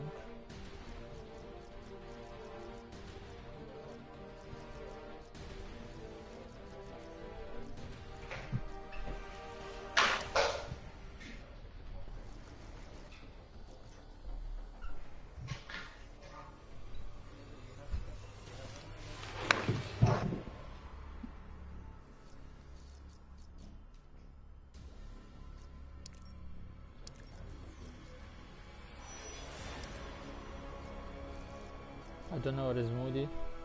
Jabber, do you know Moody? Hey, what's up? Do I know him? No, I don't. Why? Is I he don't not know. showing up? Yes. We'll Let's give him a have few another minutes. match. If he doesn't show up, we can. He was here actually. So let's He was here. go for another. We can just match. start another match until he comes back. Yeah, yeah. Saad versus Just try. Time Quit. They are both here.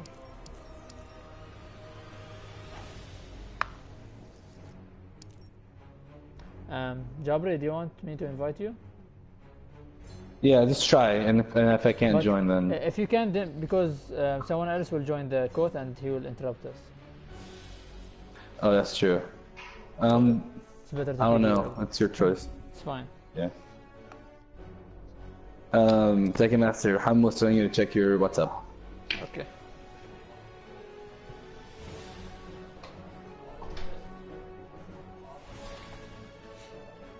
So Arma, who's your favorite character? I mean, right now I'm just doing nothing but playing the Joker, and it's. I just feel like it's more fun than playing Batman. So Arma, can you I- AFK? Yep. Oh shit, you started your match. Whoops. Fucking. Oops. It's fine, man. Well. You can It's just okay. play one game. Oh for yeah, fun. that's a good idea. Oh yeah, alright, go with the Joker, let's see it. Just play one game for fun, man. Okay, sure. The Joker. Time Quit. Now this sucks because I'm on. Harley Quinn. Don't quit or quit. Time Quit. He's from Kuwait. Fighters approaching. Oh, the guy you're playing against, his name is Time. Yeah, Time can wait. Time Quit. You sure you don't want me to just quit? No, go Yes. ahead, play. It's gonna be fun. All right. Oh man, this is a warm up for him. I hope it doesn't Wonder what lag the as much connection's as gonna be it Someone's telling you hi in the chat. Darth MKX says Darth greetings. Oh, what's up, dude?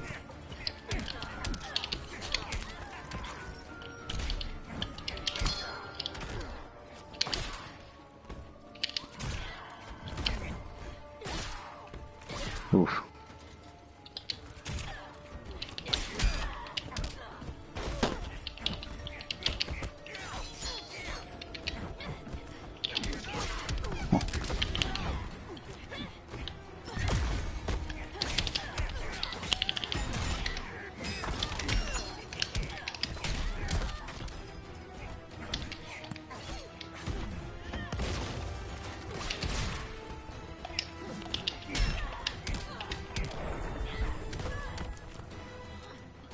Let's cut to the heart of it. Are you crying? Oh god. You're looking pretty strong. You got a big life lead. Oh yeah. I'm like trying to like lame it out, but ugh, get away. I hate Harley Quinn. She's your lover, though. Nah, Or ex-lover, I guess. she his senses came to her.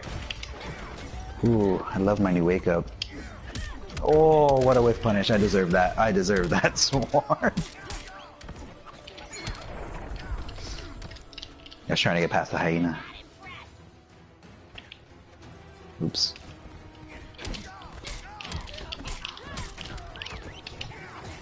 Oh Alright. no. Next up, we have Silverclaw versus Hanzo.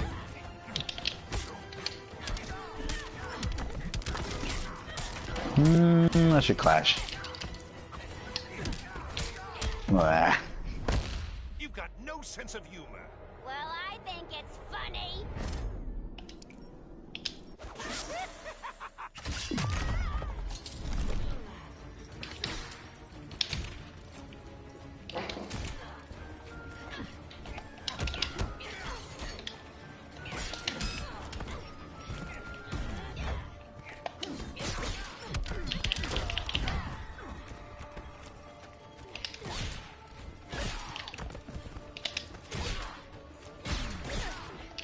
Ooh, good games. Did you win?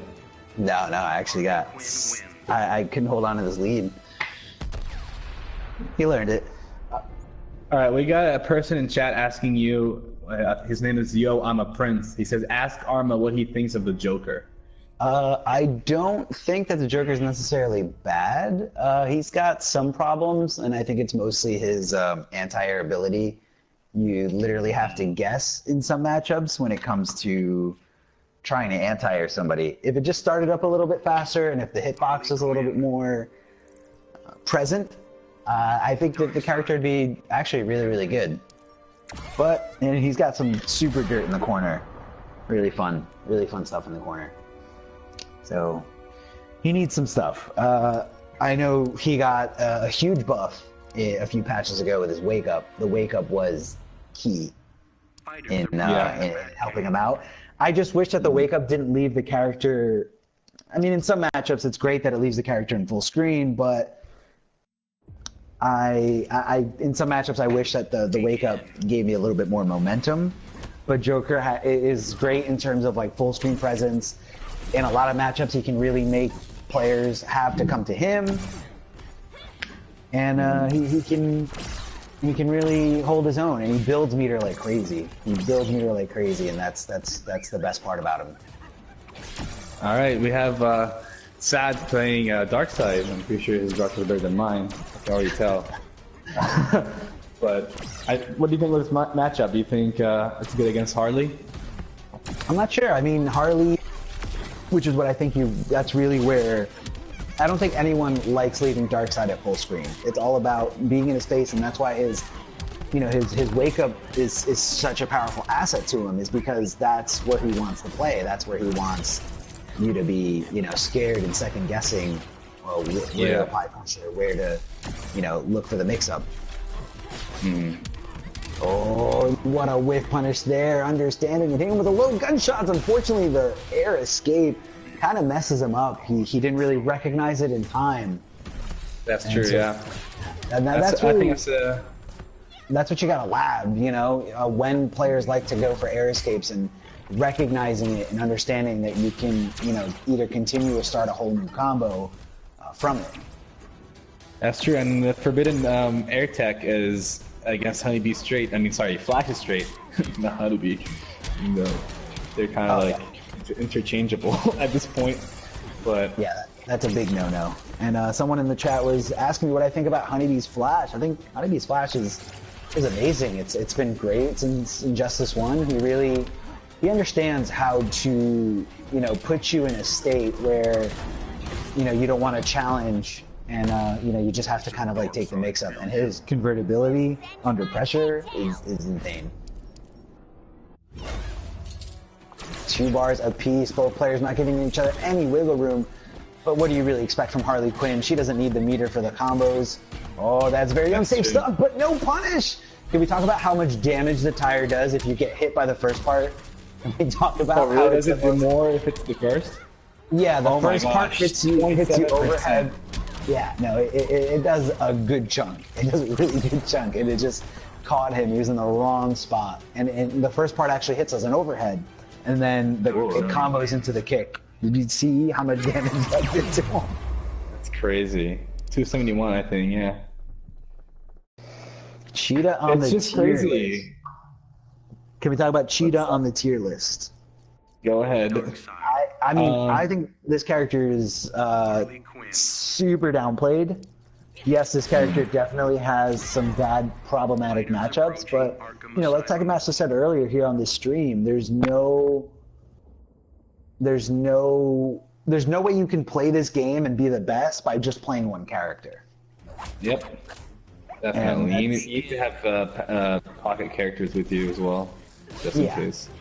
And it's just, and it's nothing, you know, there's nothing bad about that in this game. I think it's just that it's simplistic and it's super simple. So sometimes you have those characters that literally have like only one way to play them, or one, you know, one strength to attribute to, and a very present weakness. And, you know, that's just how some fighting games are. Yeah, exactly. Even like Forever King, who never gets off Batman, does get off of Batman when he needs to. We saw that with Tekken Master, actually, when he went to Deadshot in Elite League. And you always want to have a backup. That is 100% true. But for Cheetah, she has a lot of damage, I guess, output, or it's possible damage output. Like I think in War of the Gods, was it Revit Leafing who got 74% in the combo, which was crazy. And I think that was corner. I think that was me and Echo commentating when it happened. His opponent literally died. Just died. He had a great life lead, and he just lost it all. And I thought that that's only possible with Biohazard's Bane, when, you know, it can just delete someone's health, but I guess I was wrong. With Cheetah, she can do that apparently. Oh yeah. Oh, trying to find his way in, jumping in, not minding the Omega Beams. Oh, and the super, is it gonna go through? And it does. Good recognition. I guess he just wanted to give everyone a show at home. The dogs getting nice and hungry here. Wouldn't say it's worth the 4 bars, but it's Harley Quinn. It's she doesn't need it. No, but yeah, I mean, you do need, even if you're Harley Quinn, you do need Bar to contest the clashes. So it was really more of a moral victory there, connecting with the super. Did you see what she did? She was just like sitting on the ground. It's like, kill me. I think he gave up. That's too low for Sad.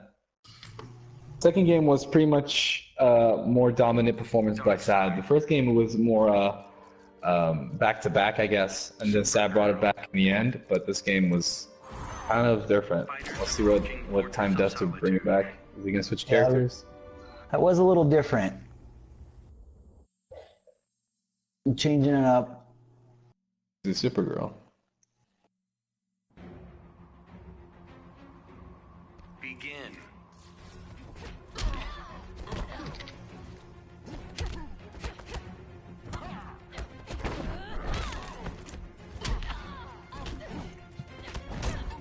What's wrong with the uppercut?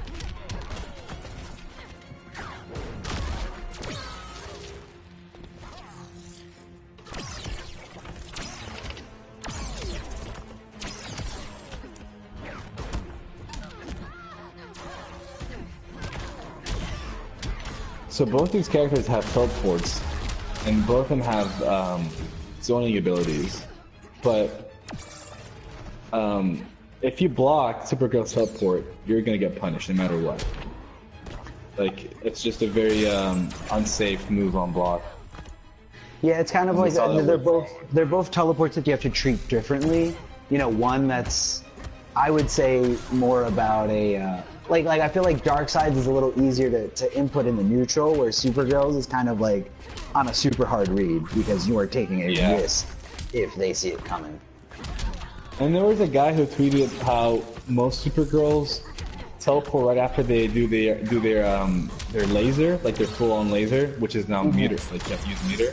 They usually do a teleport right after, and I noticed that with my opponents. Like, it seems like it's so instinctual for them to just use a teleport after.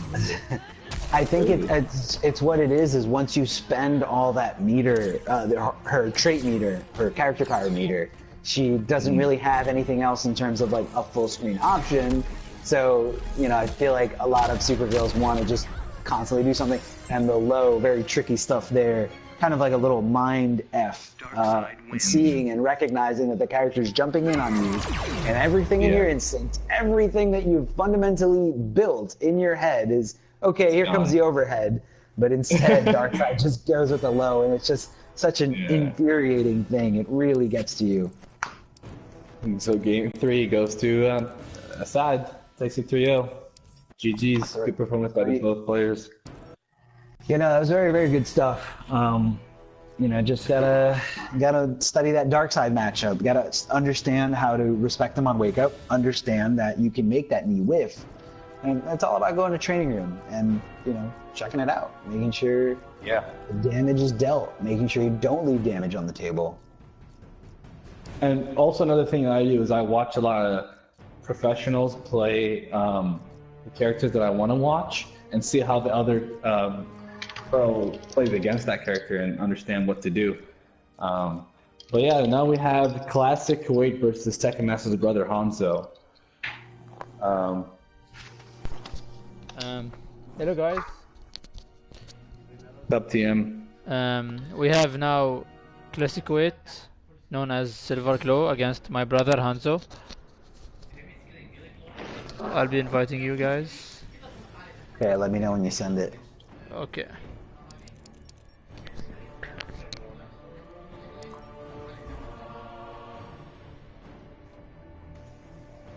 I sent it.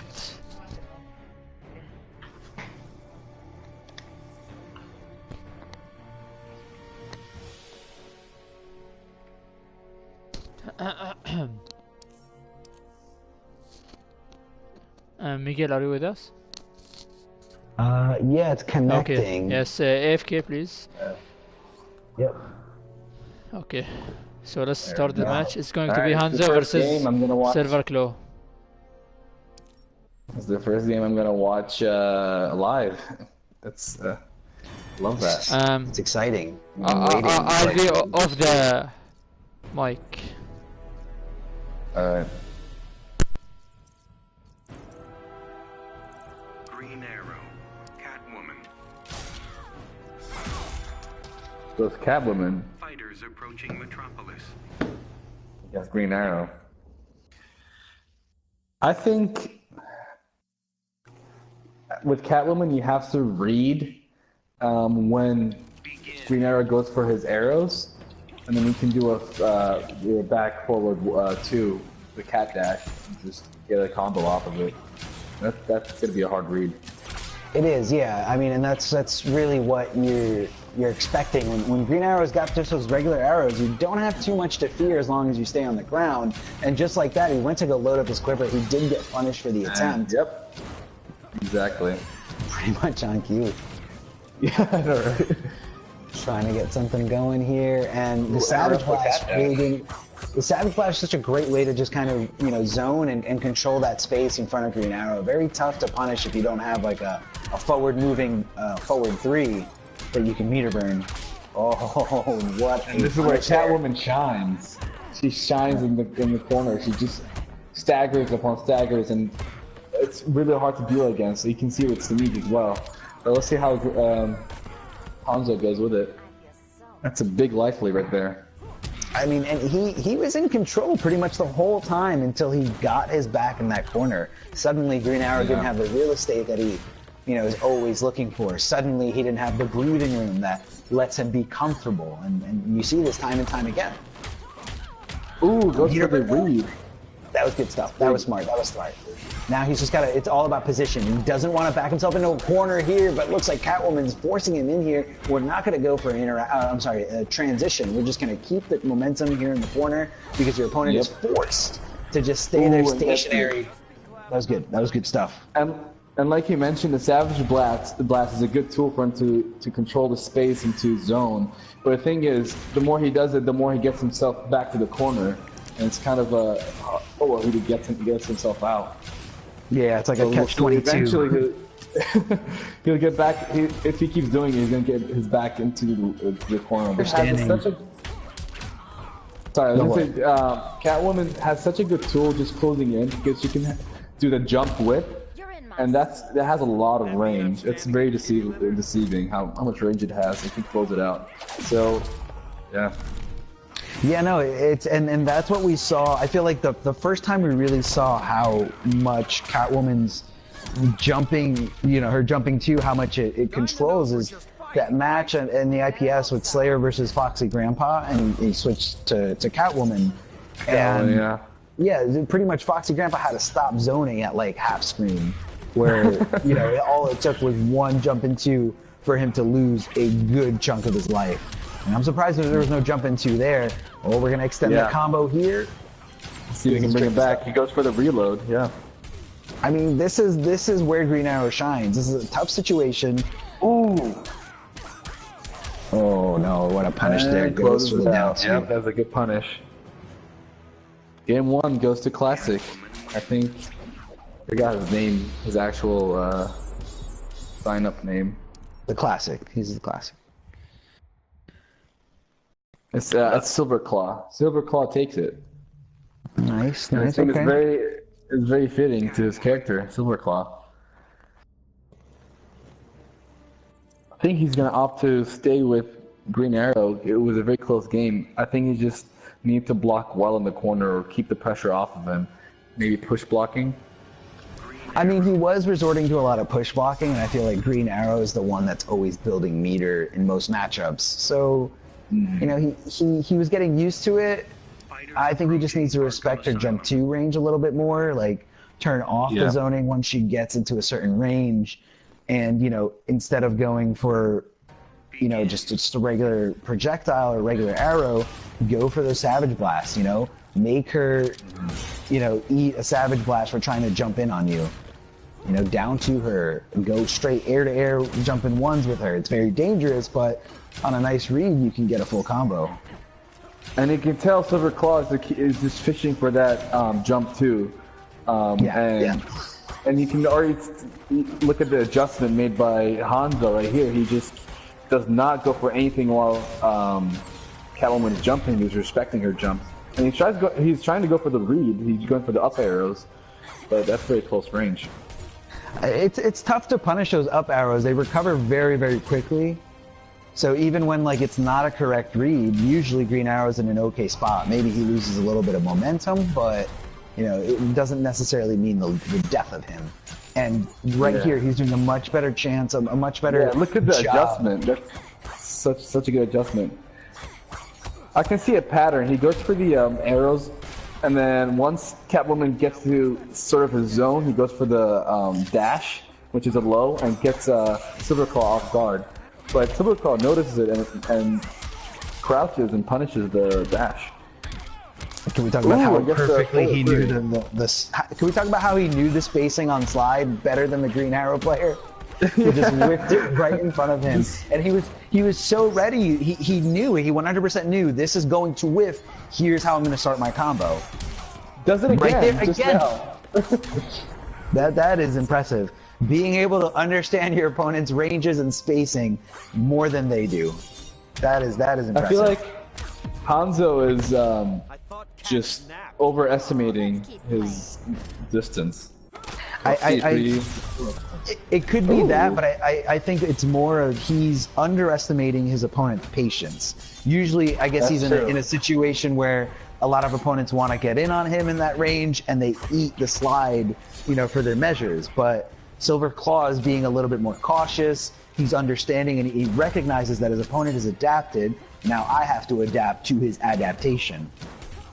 This is what I needed when I went with the Atrocitus. I needed to be more patient, just like Silverclaw, because it's working out a lot for him.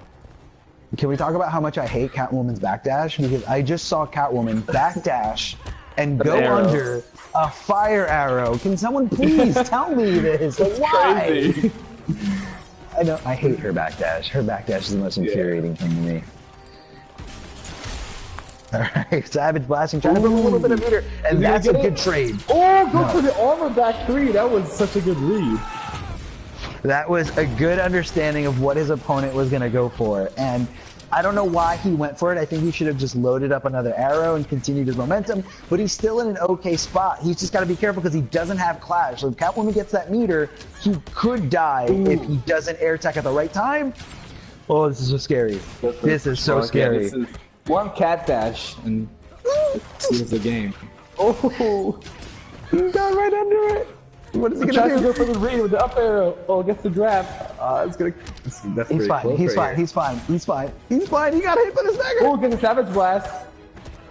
Oh, if she got the whip, that would have been game over. This is close. This is close. Oh, and it picks game 2. That was crazy. How did he drop that? I mean, he got some Savage Blasts in, and I'm not sure why he didn't meter burn that last one, especially in a situation where, that would have killed.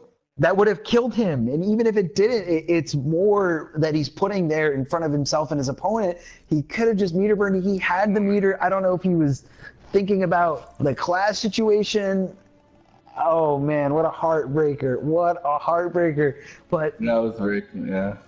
I don't think you should stray away from Green Arrow. Those were two Yeah, he's just very, sticking with very Green close Arrow. games. Those were two very close games. They could have gone either way. It could have been 1-1 at this point. It could be 2-0 in your favor. You're doing the right thing. You adapted. You understand the matchup a little bit more. Push yourself, you know. You have it. Be confident in this choice. Exactly. Oh, man. It all really just came down to one decision at the end. He just goes in with the throw. Why did he meter burn the Savage Blast? Yeah, he should have meter burned. That would have closed it out definitely. And if not, like you said, it's gonna build. He's gonna put more in front of him. Yeah, exactly. All right, backing off. And now this one, I feel like the stage is a little bit less, you know, there's less interactables to, you know, use to jump on. So it's going to be a little tougher for Catwoman to close the distance. She does, however, get that bonus meter thanks to that first hit awarded from the forward throw. Gets himself out of the corner with a very good choice. And this is what she got to do. Yep. Gets the overhead. There it is. Just keep Savage Blasting. Get away from your opponent. You know, make her hurt for trying to advance. And now here's where it gets a little tricky. Ooh, gets the. Is it the one? Jump one? Yeah. Yeah, look, it's just a regular foot is the jump one. And then the whip is the jump two. Oh, meter why did he burn go for forward back three? No punish there. Not sure if it's fast enough to actually punish. Or if he was just definitely off. Oh, the tech step throw. That was a good tech.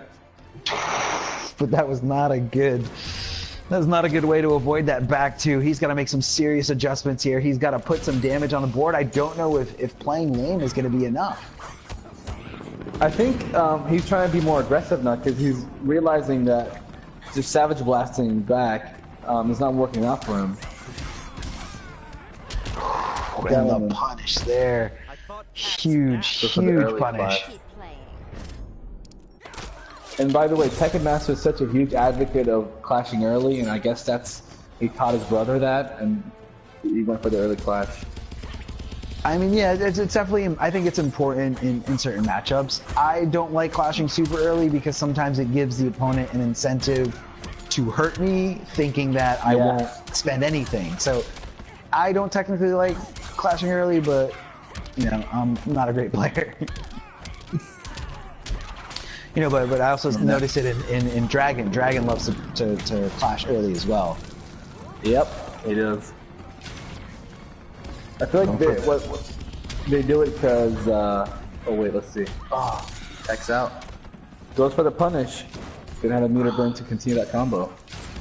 No meter available here. Trying to get an ice arrow to connect, but Catwoman not giving him anything. Just jumping around, looking for that jumping whip distance. Where is it? Green arrow connecting the regular arrow here and just trying to bully, trying desperately to do something there. And Character knowledge.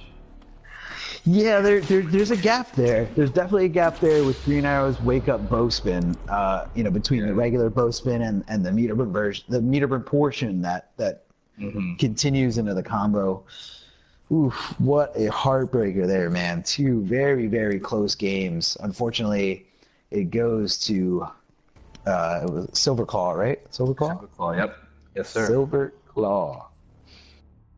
All right, I don't know what else we got.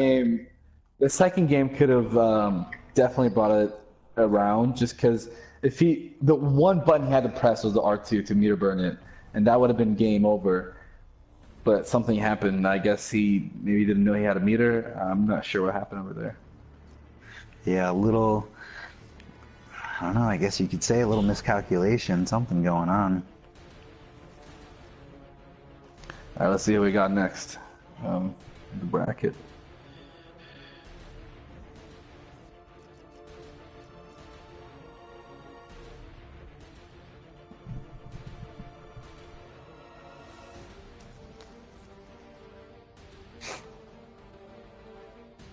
So have you ever had Middle Eastern food? Like a shawarma or something? I have. There's some stuff around here. I don't know how authentic you would want to call it. I feel like it's kind of... it usually just comes off off a truck or something.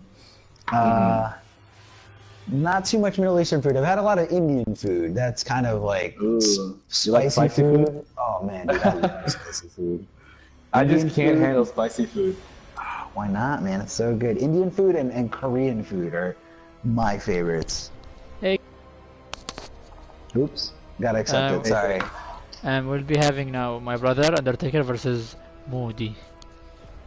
The Undertaker versus Moody. The Undertaker. The Undertaker. Alright, so we're here. I don't know how... Tekken Master. Yes. Is this top 4 or top 8? What is accepting, Jabber? It's still top 16. 16. What's happening, Jabber? Yeah, you can... yeah, I can't connect. You guys have to play without me. What about you, Miguel? It's trying to connect me. It says connecting to match, but it's still here in the connecting screen. All right, I think I'm going. AFK. Yes. All right, I'm in. Someone might join the code later on and interrupt us. I hope not. Yeah, let's hope because I not. made a space for 4 people. Me, you, Jabber, and Moody. But that's Jabber okay. couldn't connect, Just hope that nobody joins in for now. I hope so, man. But Tekken Master, what did your brother say about the game, the second game where he didn't meter burn his Savage Blast? He said that he took the throw, but because he killed him with a throw. Anyways, yeah, he killed him with a throw. My brother will play now. Michelangelo.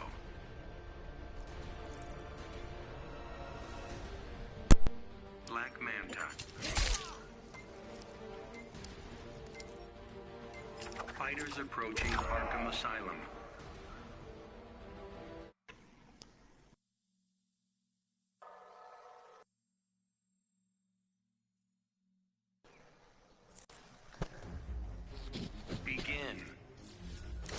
Alright, so we're seeing a little bit of Michelangelo now. I'm a big fan of this character. Lots of dirty stuff, especially in the department of mix-ups. Mix-ups. It's crazy in that vortex. And I think another thing that a lot of people underutilize is how it's not super easy to punish his low spin, but also how the fact that his low spin can kind of be used as like a footsie tool or a very aggressive, anti-walking tool. The presence of the low spin literally turns off your ability to feel comfortable walking back and forth. Exactly. You would have to just pray that he doesn't get you with the spin, or you just have to keep crouching. And can we talk about how fast his trait cooldown is when he just throws out his skateboard? It's just so good.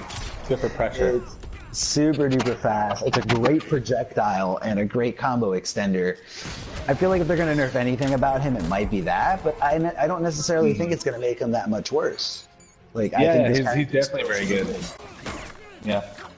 Can we talk about how much of a down player Buffalo is, though? Saying that this character is the worst turtle out of all 4, and then Sonic Fox wins Michelangelo. Did he actually say that? Yes, dude, he's nothing but that. He's just like, Mikey's too...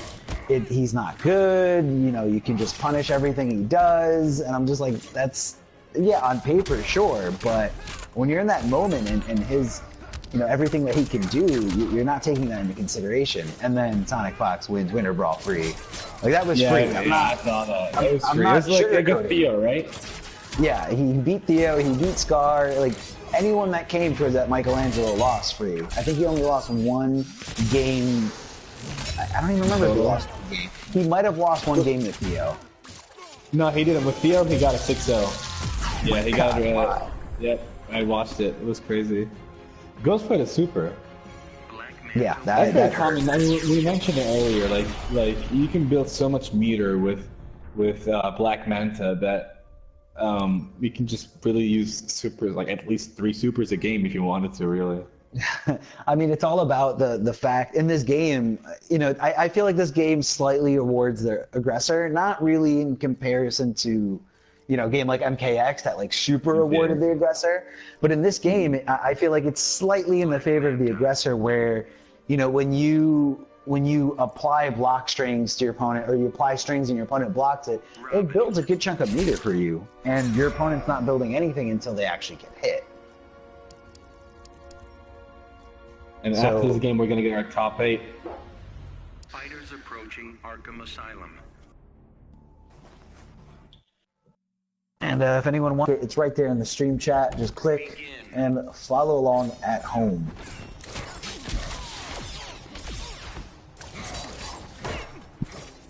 All right, now going for Robin, a slightly different kind of character. I would say not anywhere near in terms of like in the mix-up department, but way more in terms of like, you know, outspacing your opponent, walking back and forth out of ranges, and just using those very long normals. He also has way better his range is insane. Yeah. So kind of strange that Moody would go to a completely different like archetype of character. I think he's just going for I think he wants to pressure Black Manta, but the thing is, Black Manta can deal with it. Like he also has that safe string that he can keep pressuring, but it's working out for him, for Robin. Like it's doing well. All right, and Black Manta trying to close the gap here, trying to just take away this little bit of health remaining. So let's see how Robin tries to do something. He tries to advance, and what a great read. Just going after him with that very unsafe special move. He was just so sure it was going to hit him. Yeah, that was a really good read. It was very risky, but it worked out. I think he's just kind of he's anticipating and understanding when his opponent wants to forward dash. Now in this game, you actually have a recovery when you forward dash or back dash. Man, somebody joined the King of the Hill. If you are in this King of the Hill, if you're watching on Twitch, thank you for going AFK. I'm not sure. Is that Tekken Master's other? Did they go AFK? Yeah, they did go AFK, so they're here watching it live because 8 seconds more live than the Twitch is very good. That's true. Down 2, and Black Manta not down. Robin's down 2. I believe it is punishable. It's just a very tight punish, and not everyone has access to something that can reach and also be fast enough to punish. Yeah, definitely. And it's a very close game right now. How did he get hit? He was walking back. He was walking back. He called out the super. He knew it was coming. He was walking back. Yeah, Moody just got hit by a super. He called it out perfectly, and he didn't anticipate the second hit. Maybe he must have pressed something during the second hit. But he was fine. He was fine. I don't know if he just thought it was clear. And there's no way that Black Manta was not going to wake up when you're right in his face like that and you were down to nothing. Moody, what a heartbreaker. I am so sorry. I am so sorry. That was very sad. Oh, he called it out perfectly. He baited it out. He said he's either going to wake up or he's going to wake up super. And he wasn't ready for the follow-up. He wasn't ready for the second hit. And it's hard to come back from a very frustrating feeling like that. Yeah, it's very frustrating. If he was actually not pressing anything and he still got hit, I would be very mad as well. But if not, then I guess only he knows if he pressed something or not. But that was a very close game. I think the character switch to Robin is working out for him. Definitely. I mean, Michelangelo is a very new character. You can't expect everyone to be, Sonic Fox right out the gate. But Robin feeling a little bit more like home here, possibly an original main before Michelangelo, but Moody eating the bad ends of these interactables here, getting whiff punished. No conversion there from Robin. Not anticipating the wave up, getting fully countered, and the meter burn back free before the second part, before he even had the chance to meter burn it. Trying to chip him out here, and the teleport uppercut there by Black Mana. Moody not looking good right now. He's got a huge mountain to climb in front of him. Yeah, Black Mana, I think Undertaker just did a very good adjustment to the Robin. I feel like Robin should fish for those sweeps because Undertaker is not really watching his speed a lot, and the sweeps will usually work every time he went for them.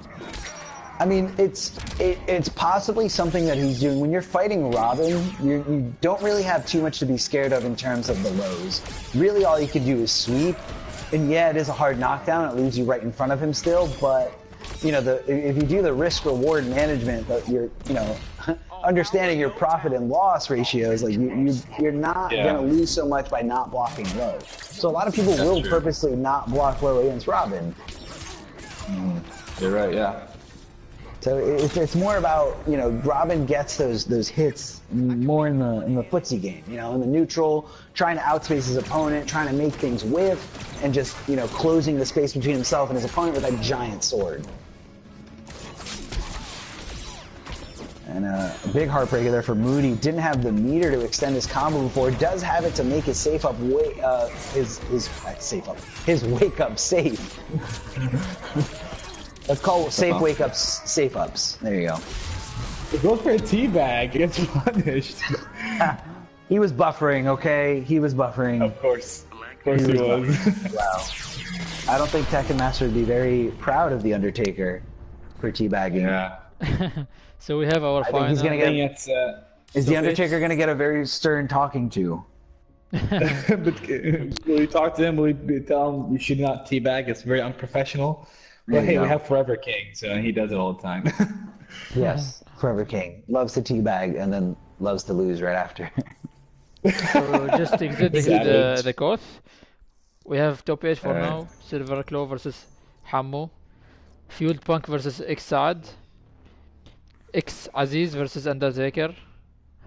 And Sharkteeth versus UAE Ghost. We have some intense matches in our top 8, it seems.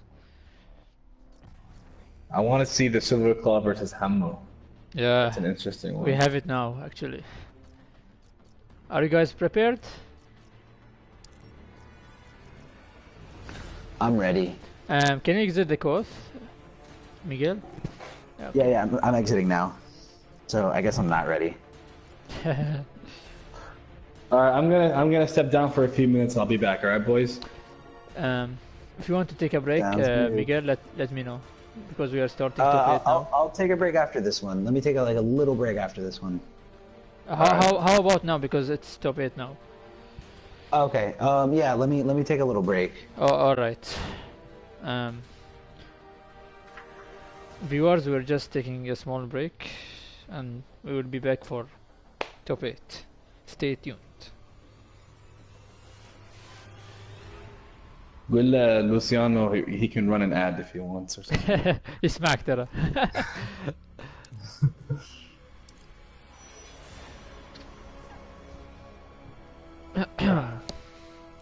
So guys, for top 8, again we have Silverclaw versus Hammou.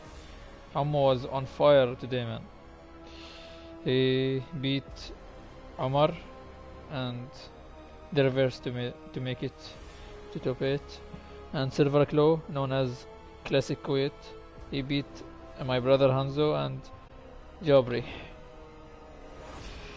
The second game for top 8. Your brother did beat me. Yes. And the second game in top 8 we have FueledPunk against Saad. FueledPunk picks Robin for the most part, and Saad picks multiple characters such as Darkseid and Scarecrow. And X-Aziz versus my brother Undertaker. I mean, they have fought many times before in my house, so they know each other very well. I'm looking forward for this match. And for the last match in top 8 we have Sharkteeth, my teammate from Nasser Esports, Looking forward for this one against UAE Ghost, the underdog. He was using Scorpion back in Mortal Kombat X. He was having one of the best Scorpion in the region, if not the best. What do you think of Scorpion's teleport? Scorpion's teleport? It was annoying, man. Especially that he was able to cancel it, you know? Yeah. At least it takes his full stamina.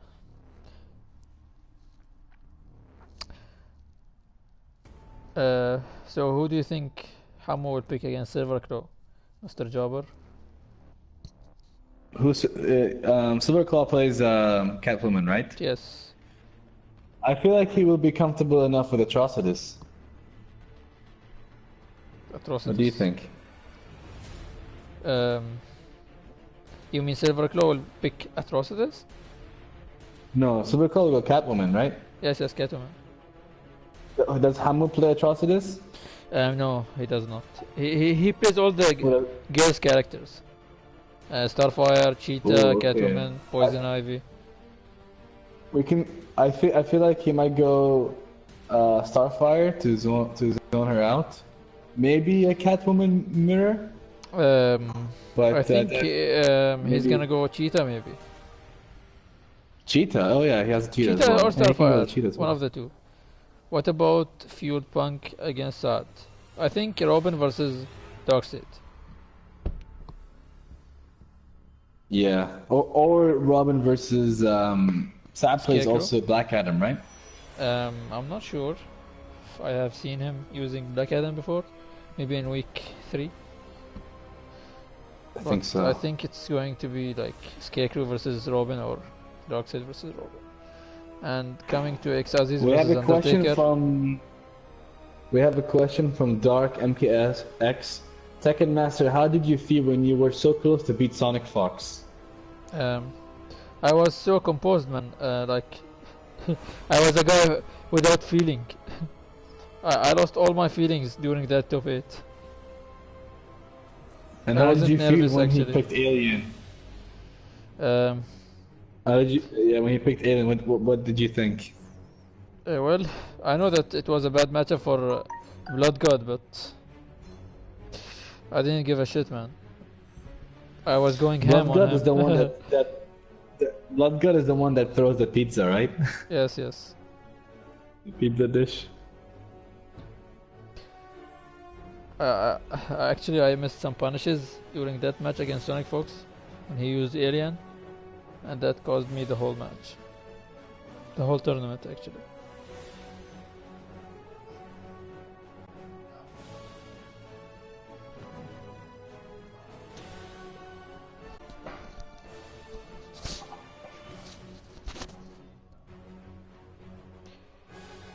شوف كلم عزيز انت شوفها وينه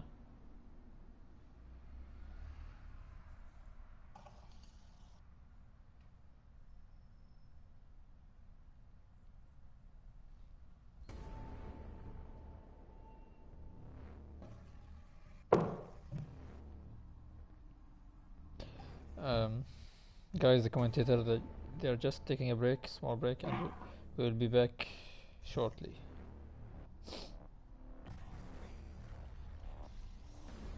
I'm gonna head out for now. I'll be back Okay, man. for the rest of the games. I'll be in touch. Alright, man. Alright, see ya. See you. Guys, let us know what do you think of the tournament so far in the chat.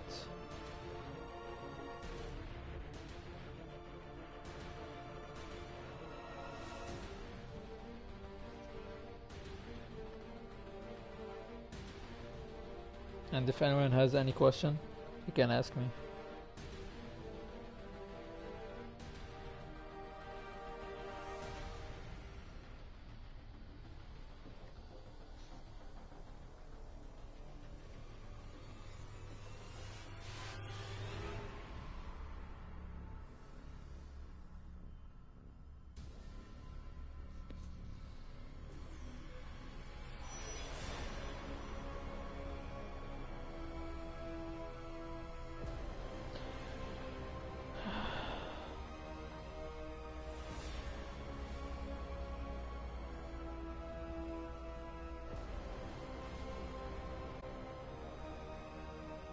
I think we have some intense matches during the top 8. Sharkteeth versus UAE Ghost. It's a classic match from MKX.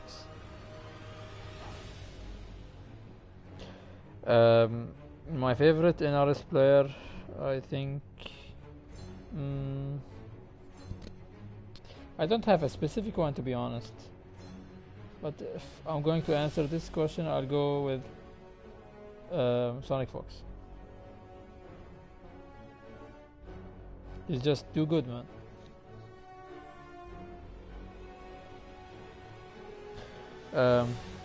My favorites are Simij, Biohazard, Hayati. They are all good, man. They inspire me even. So, Dr. Jabree is asking me what's the best place for shawarma in Bahrain. Maybe Shala or Lebanoni.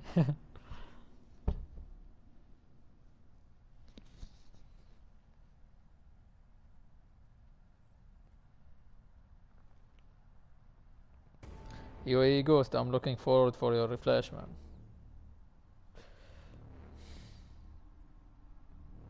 Please don't go super gear. Just trust in your flash. Play well. Believe in yourself.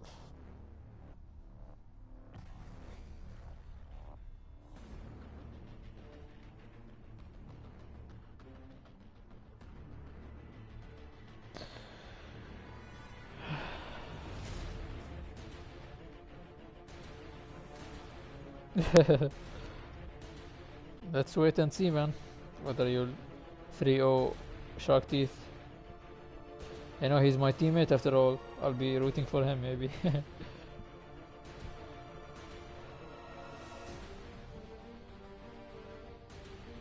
No, man, you have to believe in yourself.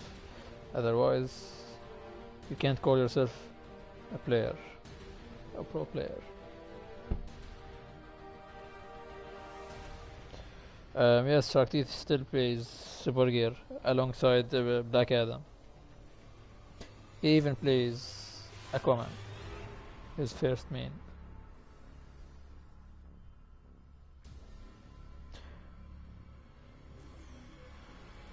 I really enjoyed this tournament, guys.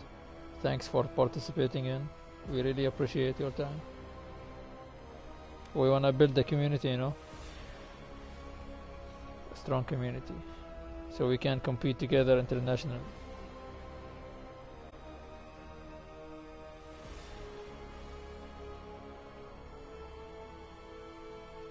كنا ما تكلمنا عربي اليوم. لا ما في مشكلة نتكلم عربي الحين.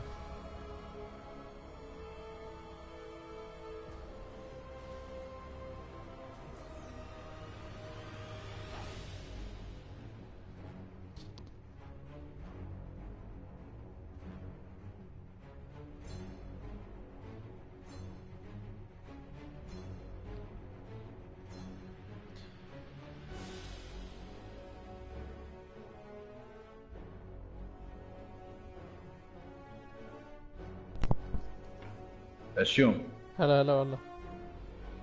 روح practice or عطى حد لما we start top 8. Give the viewer something to watch. Alright, man. I'll be playing against يلا. Sharkteeth, maybe? حمو or something. Sharkteeth. Okay. Maybe Sharkteeth does not want to show his skills.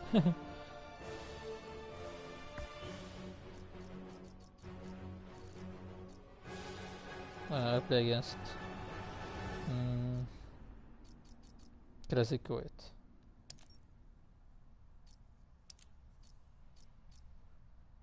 Oh, Sharkteeth is here.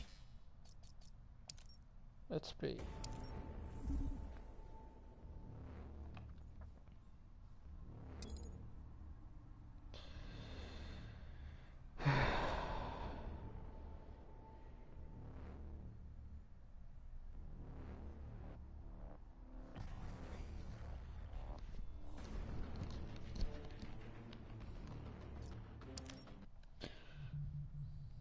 صراحة وايد العب مع شاركتيث كل يوم. Brainiac. Let's do this, guys. Supergirl. Brainiac versus Supergear. Fighters approaching Red Sun Prison.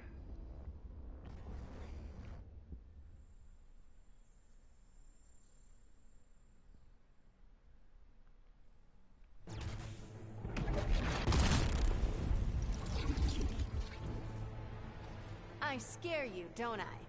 You are an undisciplined girl. I'm a girl avenging her people. Begin.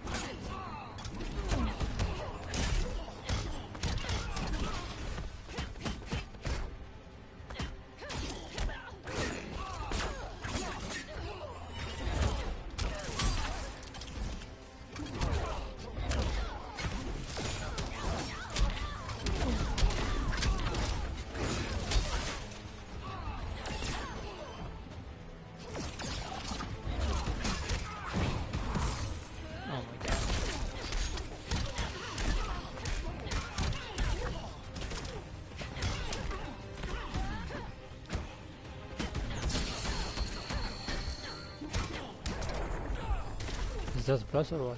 We should respect this planet.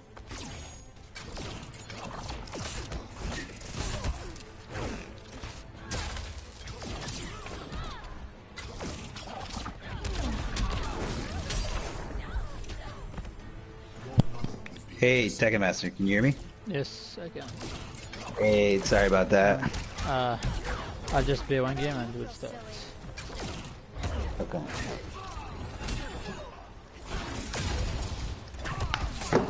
I'm currently in court with Sharkteeth.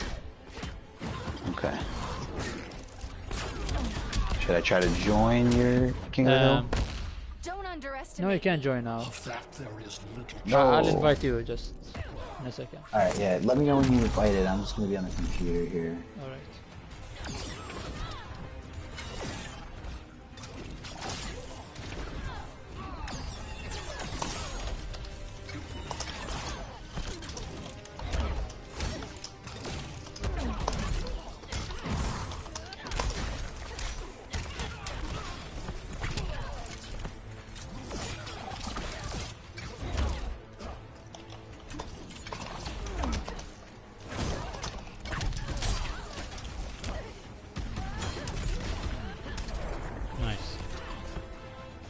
We'll be starting our top 8 now. Supergirl wins.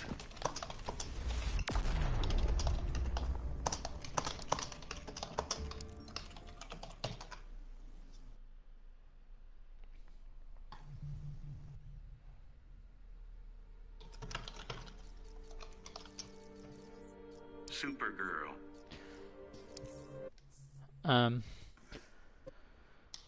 Our first match in top 8 will be X-Aziz versus Undertaker once again.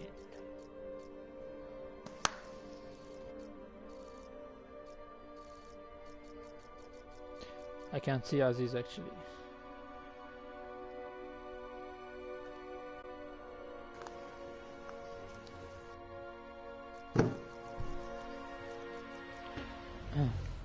We can run another match actually.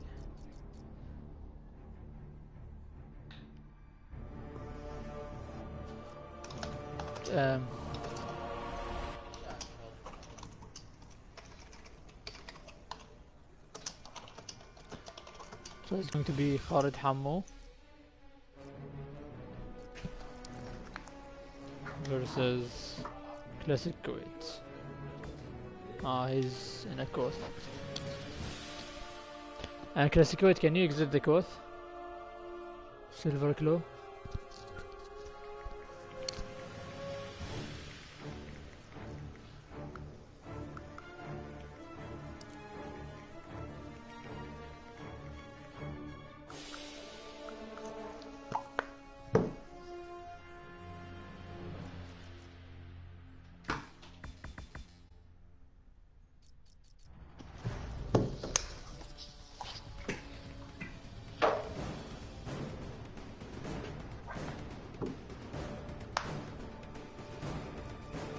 Sharkteeth, can you exit the course also?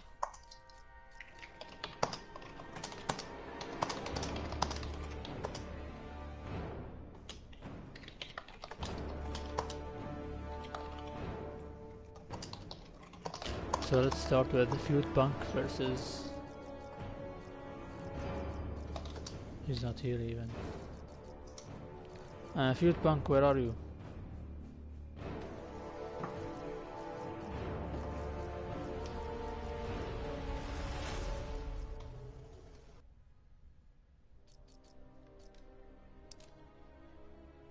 Just a moment, guys.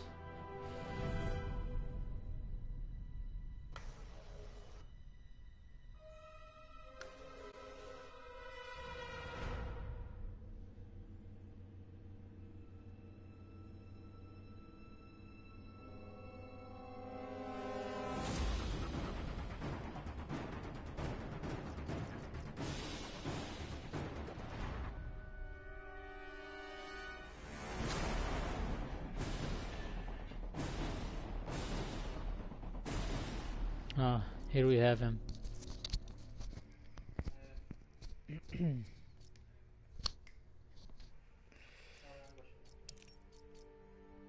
We'll be having FueledPunk versus... Oh. Just send me the invite. Okay. No?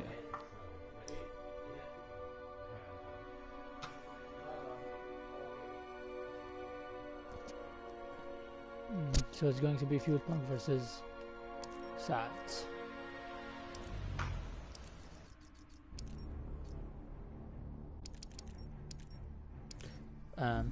Accept the invitation, Miguel. Alright, I'm accepting. Okay. So guys, we have FueledPunk versus Exad. It's connecting now. AFK.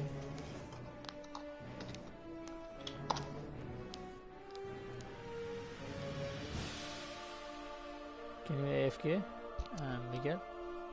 Sorry. No problem. Alright, I did.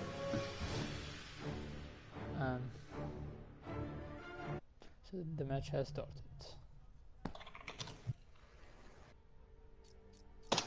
Alright, so this is going right into our top 8. These guys have done a lot to get here, you know? It's not as simple as just is well known with his Robin. He has a similar Robin that Hayati has, almost. Fighters approaching Slaughter Swamp. And Exad went for the counter pick, Dr. Fate. Now, alright, so a lot of people do say Robin does get zoned out, but I think one thing that a lot of people don't understand fully, or sometimes that people forget, is Robin has like the best meter burn roll in this game. Yes. You know, he can really close the... Yeah, he can really close the gap, even when he's at full screen, just like he did right there, but, you know, you can't just do it willy-nilly. You gotta understand that your opponent's gonna be looking for it, especially a veteran and competent zoner like that, like this Dr. Fate. Alright, trying to get through the orbs there, the use of the interactable, the crocodiles, but he sends him over to the other side, past the orb, back on the other side of the wall, and this is looking really bad for FueledPunk. Hold on, Saeed, trying to think of the end game here, trying to get out of the corner. And the empty jump right into the down 1-2, the forward 3, not anticipating it, not looking for the overhead. And, you know, that's really how you should be blocking Robin at all times. Ooh. Closing the gap there with the forward, with the jump-ins. And, you know, look at all this damage. Look at all this combo. You still think he gets out zoned, Tekken Master? You still think he gets out zoned? No, I changed my mind. Change your mind. There we go. No, and I mean, it depends on the stage. I mean, you know, Yes. 1 or 2 of those jump-ins really was from the interactable. The stage is a major factor. Yeah, definitely. I mean, stage has played a major factor in all different kinds of matchups throughout this game, and that's what's so interesting about this game. What's so different is the fact that you have to, you know, pay attention to your surroundings, understand you know, how you can get rid of it. Like if Dr. Fate, I'm pretty sure next time he's gonna just get rid of that alligator if they do land on this stage again. That's why you see people changing stages. That's definitely true. In the stage. Robin wins. And you know, again, when you're going up against Robin, when you're fighting Robin, you always have to primarily block high. You know, that's where the damage comes in. That's he can combo after his overhead, which is very exactly. dangerous. That's where he starts down 3ing you. Robin. He can just down 3 you till you die. I mean, yeah, that is that's like the risk reward, you know, like how many down 3s are you going to eat before you say, all right, let me block low. And that's the game that, you know, these Robins like to play when they're, you know, in the driver's seat. But also the other thing you have to realize is when you get swept, even though it's a hard knockdown, the other factor of wake-ups does come into play. Robin won his first matches, so it's 1-0 for Punk. Yeah, so Punk making, you know, and here's another, and I feel like he's, again, Superman is definitely a very powerful zoner. Having that presence all over, the sweeping laser, very tough to avoid, and with just how much meter Superman builds, he's always going to have access to, you know, that massive amount of chip damage, the combo ability, oh yeah, man, just because of sweeping laser, it gives him all that and more. This match reminded me of you versus Hayati at the E-League. Oh yeah, that was a great one. Jumping in and not punishing the Superman punch might have been a little too far, but I feel like I never say that when I'm talking about Robin. He's never a little too far. Sweeping lasers again, trying to get something going, trying to get something happening here. Good block there of the interactable, understanding that you can block it in order to, you know, nullify the damage. And back 3. You asked for it. This is looking bad for Punks here. The Clash has already been used. That is a major resource. And then jump in on the laser. What a smart read. What a great decision there. Oh, and the meter would roll in, trying to down 2 to stop any attempts to start his laser game here. And what a risky challenge there. Challenging when Superman is very, very plus is pretty much a death sentence. Ooh, not finishing the string, but a great punish, recognizing that he stopped swinging his sword and he was susceptible to a punish, but I mean, I guess he just wasn't sure, just decided to chuck him with a down 1, not really leading into too much damage. Can we talk about how he knew when to roll? But beating you is so fun. That was super smart. He recognized it. He saw it. He saw the boomerang. He knew it was going to arc up, hit Superman in the air, and, you know, a great way to be able to continue the combo, and in this case, force the Clash, was to just meter burn roll in there. No meter there by Superman. This is when you can kind of like, ooh, there we go. Dancing with Superman. Now, Clash is not available. Air Escape not available just yet. The forward throw. This is going to be close. This is going to come down to the wire. He's got 2 bars. What's he going to do with them? Uses 1 on the Superman punch. Doesn't use it on the sweeping laser. Not close enough to convert. And he's backing off. He's backing up because he knows he doesn't have the resources to contest. And a great adjustment there by FueledPunk, making the comeback. That was very impressive. Yes, it was. That was very impressive. Woo! How did he do that? How did he understand? I don't know. He just fully. That was good, man. That was some next level stuff. I absolutely loved it. You know, playing with Robin requires you approaching the Batcave. like to get so much patience, you know. Yeah, no, definitely. And that's what it is with Robin, and that's what it is with a very neutral heavy character. You just gotta wait for your moment, wait for your opening, because, you know, when you're playing a mix-up heavy character, your opponent doesn't really have to be whiffing anything or susceptible to a punish for you to start your damage. You know, you can just mix them up with a low overhead or possibly even a command throw. But when it comes to neutral heavy characters, you really gotta be patient. You gotta wait for that opening. You can't force the opening, really, is what I'm saying. Here we go, Side going with a Scarecrow instead. Robin in a very bad spot. A wake up, but no punish. Assassin Strike, one of the toughest punishes in this game. It is unsafe, just very hard to recognize it and to really execute, especially when you're playing online.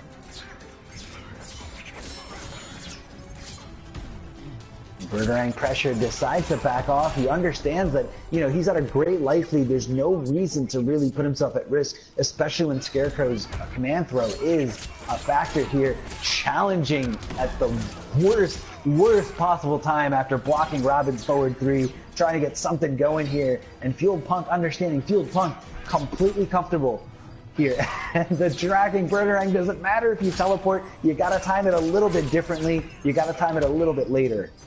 The forward 3, no challenge that time. And you know, FueledPunk not trying to really go into combos, trying to avoid the clash here. He's trying to do this all in one shot. Air escaping there. Was that a punish? Oh, and that was absolutely a read. Instead, hoping to avoid the back 3. Whew. What do you think of his Robin, man? Oh man, that was crispy. I want to say that was probably the most impressive play I've seen so far, but that was the first match in top 8. Yes. Not sure if somebody else is going to surprise me, but I want to say I'm putting my money on FueledPunk. You know, I just saw a lot of great characteristics there from what I see in a top player, and FueledPunk definitely has what it takes there. Definitely, man. Can you exit the code? You know, Will we have yeah, I'm exiting now. Classic Kuwait versus Hamou.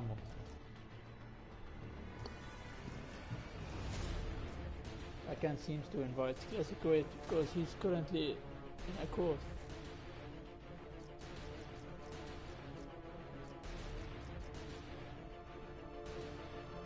Just hold on, guys.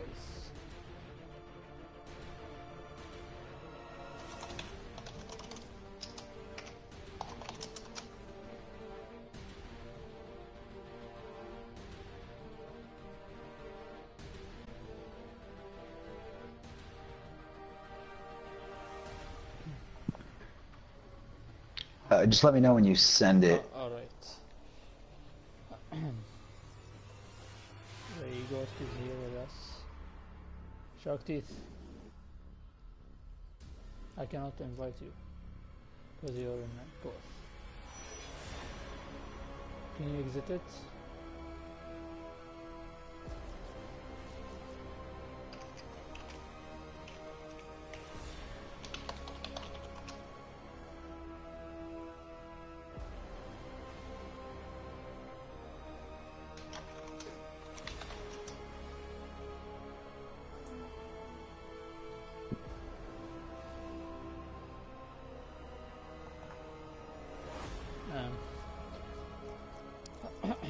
So it's going to be Sharkteeth versus UAE Ghost.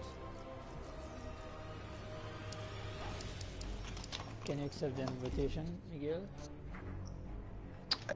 Yep. Accepting. This is a match that you don't want to miss. One of the best in the region. Okay, alright.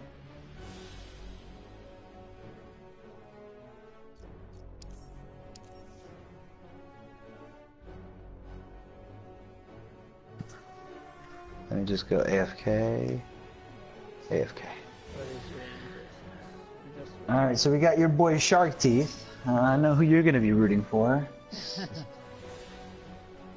But tell me a little. Now I know about Sharkteeth, but tell me a little bit about his opponent. He picks the Flash. Okay. He has some of the best flashes in the world, maybe. Black Adam. I played him several times and I struggled Flash. against his Flash. All right, now, interesting choice here, Sharkteeth. Now we see the character banner. He's representing a little bit of Supergirl, but yes. Here we go. No Black Adam. Now, do you think this is a matchup specific choice? Yes, it is. But Okay. I think it's Now, does well against the Flash.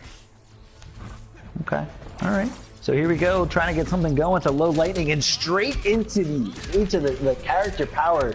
You know, Flash is recognizing that he had the breathing, recognizing that he could go into his character power free, no charge, right after blocking that low lightning. That was a very smart decision. That was a super smart decision there. A little bit of a drop there, not understanding that he was airborne, didn't adapt to it. And here we go, Sharkteeth getting the opening he was looking for. Was it an anti-air? Back to? I don't think it was supposed to be. I think Flash players do that whenever they don't know what to be doing. So let me do back to one. Oh, here we go. Combo ability, thanks to the character power, thanks to the fact that he's just tapping into the speed force. And what a hit confirm there. You know, seeing that the down 2 didn't connect and just backing off after canceling out of the running man stance. And Sharkteeth looking to do some damage here, dropping the combo, or maybe possibly a reset. That was a reset. Yeah, definitely a reset. He dashes and Ooh, the down 1 beating him out before the bomb explodes right in Black Adam's face. Now, however, Black Adam doesn't have too much combo potential unless he's got that bar to really make it hurt. Oh, that was a sick lead. Read? Can we talk about the read? Can we talk about that read? I mean, you know, he was in a good position. It wasn't, you know, even if it didn't work, it's you know, it's a mix-up all in itself. Forward 3 is very plus on block, but you know, good awareness overall, and that was super good read. When you know your opponent's going to be push blocking you, bounce canceling is a great way to give yourself a hit of armor, go through the push block, and punish them for trying to use a defensive tool that usually just gives them some breathing room. I use that a lot when I have the Dexter, you know, active. They push block a lot. Yeah. So you have to use it. It's a good stuff, man, and it's such specific timing because they can push block any one of those multiple hitting strings, but you gotta know which ones they like push blocking. Canceling into the trade here, going for a ride, extending it with a wall bouncer at the back 3. This one's gonna hurt. Good blocks there, but doesn't block the follow-up. Hold on, Ghost doing some things I've never really seen with the Flash. Just very, very aggressive play. Possibly some holes in those gaps, but you know, that was a sick combo conversion. Yeah, it was. Now he loves to go for that overhead running man cancel into that down 1-2, and I'm pretty sure there should be a big gap in there. Not really sure if Sharkteeth knows where the gaps are, but you know, it's working. It's a great mix-up tool. It hits overhead, hits low, and it all converts. Yeah. 2 bars, gets him a little bit of health back. 15% for the first, 10% for the second. Oh, and the anti-air black magic meter burning it just for some more damage. Oh, come on, Sharkteeth dropping combos left and right. This is not where you want to do it. Not here, not in a single elimination tournament. Yeah, exactly. Ooh, man, it's do or die here. It's do or die. This one's gonna hurt. Clash no longer a factor here. Sending him up in the air. Damage. So that was all chip at the end. He blocked everything perfectly. That was all chip. Hold on here. Sharkteeth trying to make a comeback, but he's running really low on resources. He does get a regenerating trait and character power, but in terms of meter, I don't see him getting more than possibly a second bar. All right, and gets that second bar, down to 1 bar here, and drops the combo. What a heartbreaker there. He's got to do this. He's probably going to try to avoid the clash situation. Yes, he is. Text to throw, get off me. And the Flash trying to tap into something, trying to tap into his character power, or possibly just a shake. And here it is. He dropped it. Oh. He dropped it. He dropped it. What a heartbreaker. Oh my god. He did it. He just didn't wake up down 1-2. Sharkteeth so close to making that critical comeback. Instead, somehow just was able to, and that third orb, it was coming. It was coming. If he did not die, if Sharkteeth just had a little more health, he would have survived it, and that third orb would have made the connection. What a heartbreaker. Not sure what Sharkteeth's going to be going with. No, sticking with his guns, staying with Black Adam. I think he should have switched to Silverclaw, to be honest. I mean, I don't know, man. That was a very close last game, and I think what Sharkteeth said to himself is, you know what? If I play just like I played that second half of the last game, I'll be fine. I got it. I understand where Flash is coming in, but I don't understand the instant jump 1. Very risky stuff here, and very uncharacteristic. Like, you know, typically before, Ghost was going for a lot of instant Speed Force activations. You know, and I think that's what Sharkteeth was anticipating. He thought he was gonna just back off and go into the Speed Force. At the start of each game against Black Adam, it's a guessing game. Whether he will do forward one or he'll forward jump on you. Yeah. It's a guessing game. Exactly. So, you guessed it right. Instant jump ones. Now those are very risky because when those whiff, that's really when you can punish him for it. And you know, Sharkteeth's there. If he got meter and his character power ready to go, he can really make it hurt. Good block there, the back two. And look at that, Sharkteeth understanding, recognizing that the delay wake up was coming and just retiming. Oh, yeah, yeah, oh yeah. Oh yeah. You know, it's really hard to home in on Flash when he's that fast, just incredibly fast. People always early clash with the Flash. They don't want to get hurt. Exactly, man. But that, oh man. Ooh, the neutral jump too. Good blocks there by Ghost. Seeing Black Adam high in the sky. Trying to get the black magic. Risky stuff though. Can we talk about how he knew he was coming back to his? Just coming right back to him.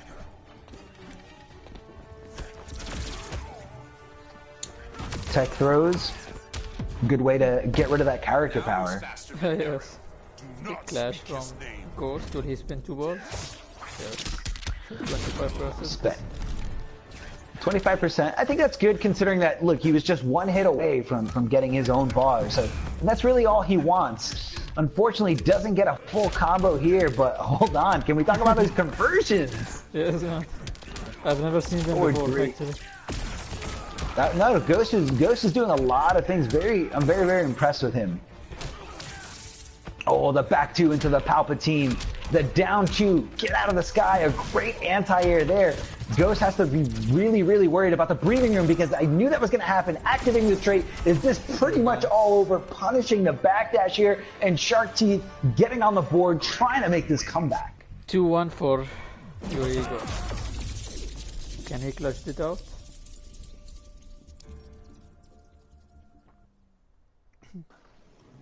I don't expect a character change from UAE Ghost, to be honest, after this performance from the Flash. Black Adam. Yeah, no, I don't want to see him change. I Same here, love man. that Flash play. I'm enjoying his That play. was super impressive.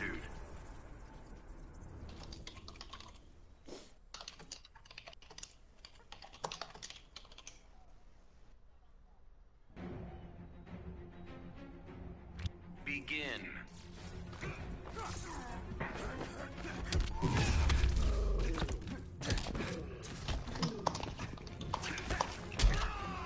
So UAE Ghost takes the first bar. Chucking down that interactable, trying to make it land right on Flash's head. And Flash, you know, really trying to just close the gap, and that's really what you want to anticipate as when you're going up against the Flash. Great side switch there. You know, he'd rather have the corner than the max damage and the background bounce. Oh, Reddit. Huge read there, making him waste 2 bars, trying to get out of a combo and just sucking them back into one. The full screen black magic is the great way to just kind of get enough breathing room there. Going for the delay wake up, of course, because you just want to stay on the ground when Flash is activated like that. The best option against Flash straight is to delay wake up, so you can waste the most of his straight time. Definitely. Oh, instant jump one, not close enough for the background bounce, and a challenge there by Sharkteeth. He's had enough of just letting him do his mix-ups. He's had enough of letting him do whatever he wants. And Ghost finding himself on a really bad spot here. The shimmy there by Sharkteeth. He's trying to avoid the Flash situation, but it's a little dangerous to do that with Flash because when you leave him with meter, that's when he's super dangerous. And I love Ghost's ability there to just go for the Sonic kicks over and over again, just to build as much meter as possible. Desperately going for the jump in overhead, and Sharkteeth is fine. Yeah, he's fine. It's like, I'll block this and you will die. 2-2 now.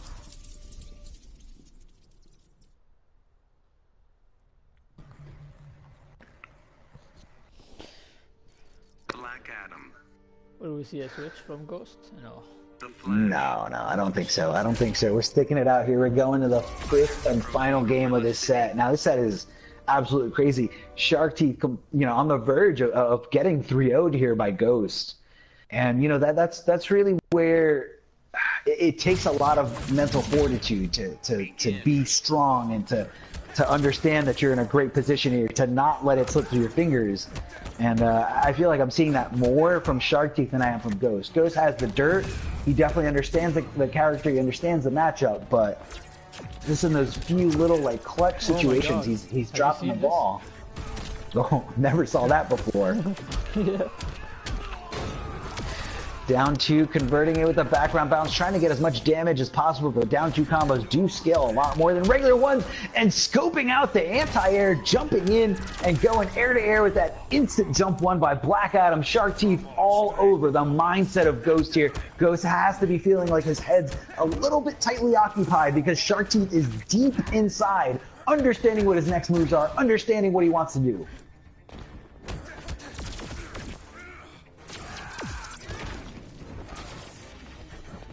Chucking the low lightning there, but nobody was home.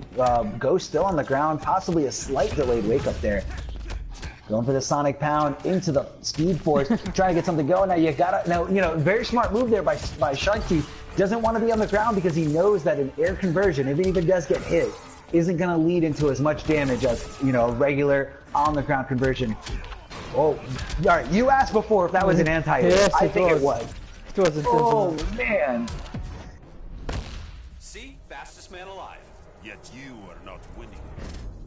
Utilizing that normal as an anti-air is very tough, especially because it's not a very fast starting normal, especially when you have flashes down 2, but in certain situations it's going to scale better, it's going to lead to more damage, especially when you have access to a background bounce. No punish there, a little too slow. Oh, I want to say that's definitely an execution error there, trying to possibly cancel out of a running man stance, and Ghost letting it slip through his fingers, allowing Sharkteeth to make that miraculous reverse 3-0 comeback, and Sharkteeth moves on. To be honest, from Sharkteeth. It was. And, you said it before, you're like, oh, I think he should have switched. So right now, Sharkteeth's making you eat his word. You eat your words. Yeah. All right, Yeah, I'm coming out of the King of the Hill, so let me know when you send that invite. So we have now Silverclaw versus Hammo. Are you guys ready?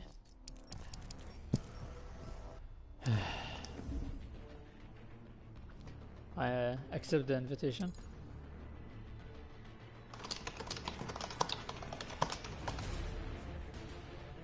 You ready, me, Miguel? Yeah, I accepted it. Yeah, okay. Give me 1 sec. It's coming.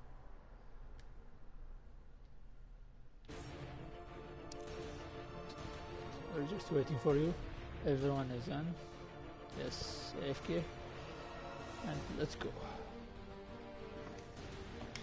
So we have I'm AFK. Silverclaw versus Hammo.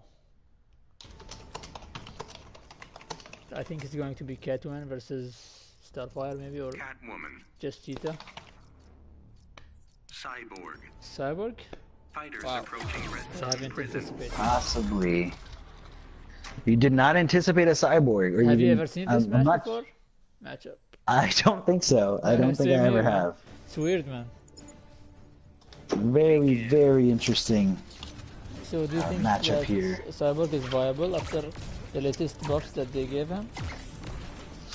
I mean, I don't think so. I think he's still a little bit limited. But think so I'm not saying that balancing characters is an easy thing. I'm not one to sit here and bitch about it. It's tough because you don't want to do more damage than it's already done. If you overbuff somebody, then it's just like, oh well, this character is broken now. Exactly. Thanks a lot. I think he lacks a good staggers. Like, it doesn't have the best tools when it comes to normal. Yeah, No exactly. range.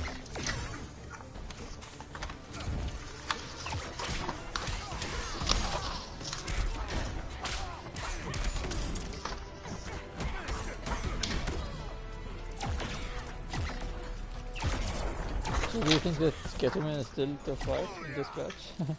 After what they did to her, they murdered her. You think they murdered her? Well, other than Simij being good with her. I wouldn't say they murdered her, but I still think that character is really good. I would say, yeah, she's still definitely top 5. Imagine that they murdered her and she's still top 5. I don't know, man. I think you're jumping to conclusions, man. Saying murdered, that's a heavy accusation.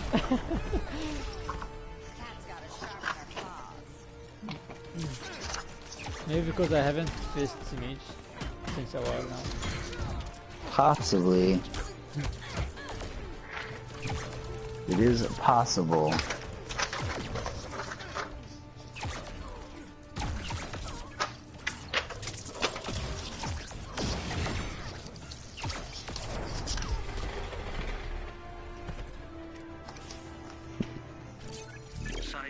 But no, man, Cyborg really looking like in complete control here. Wouldn't say it's. I would say it's more about, you know, being familiar with yourself, being familiar with your character, and you know, Silverclaw looking like someone maybe a little bit more dependent on, or he just seems a little unsure in the matchup. Not really sure where to challenge Cyborg, and you know, just a little unfamiliar with his spacing. And it's hard. It's hard to really tone that down and get that down to a T, because Cyborg can jump back and literally projectile whenever he feels like it. We have an announcement. Yeah, what's up? Be able to make it in the top 8, so he's debuted. Undertaker. Okay. No, so Undertaker moves on? Yes. So it's going to be Undertaker versus Sharkteeth in top 4. And FueledPunk versus the winner of this match.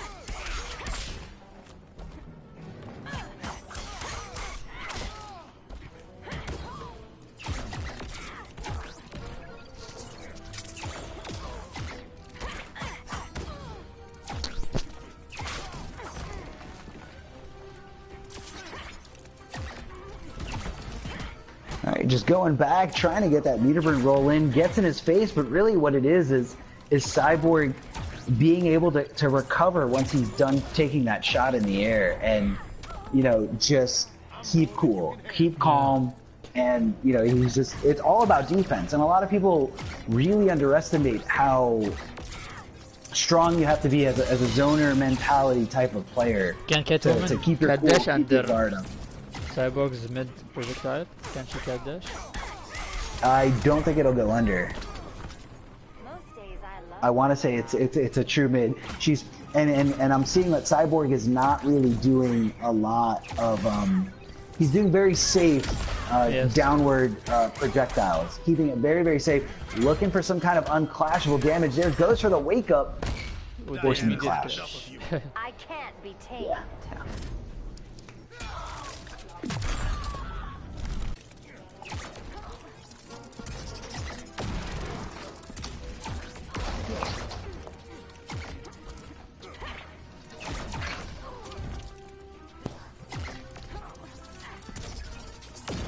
Cyborg is playing it safe. Oh, hitting the whip here. Here's his opening. This is what he's looking for, but he's got no health, nothing to really work with. And Cyborg in a complete and calm situation here, just trying to get a little. Oof, I don't know, man. This looks like it's a very grim situation. A push block just to get a little bit of health. I'm sorry, just get a little bit of breathing room there, and that was the smart thing to do.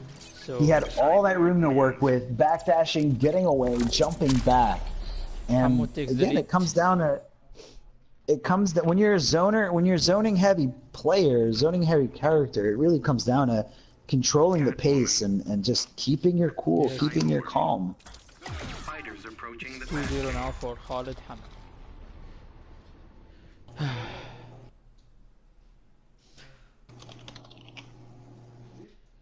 So what do you think of the participants level so far, Mr. I mean, Miguel? I'm actually really impressed with all these players. They've been, you can see that they're putting in their homework, they're understanding matchups, and you know, fully executing for the most part. I'm really proud of them. You should be. You absolutely should be. They got improved, man, from last week. They've been training hard, it seems. No, I absolutely see it, and there's talent all over the world. That just goes to show you. It's just more about, you know, putting on the stage, putting on the, putting on this, and exactly. And you know, it's more about just, you know, having a reason to level up, and you know, the love of the game. And I'm really impressed with the Cyborg. I've never seen a Cyborg play like this. Yeah. Oh, anticipating the jump, meeting him in the air with a jump in one, converting to full damage thanks to that cat dash, and baiting out the wake up here. But fortunately for Cyborg, he does get out of the corner. He does get an entire stage to work with, and the jump in two. That is really the best way to get in on zoners. Once she's one jumping two distance away, it's a little bit tougher, and you gotta second guess those zoning options.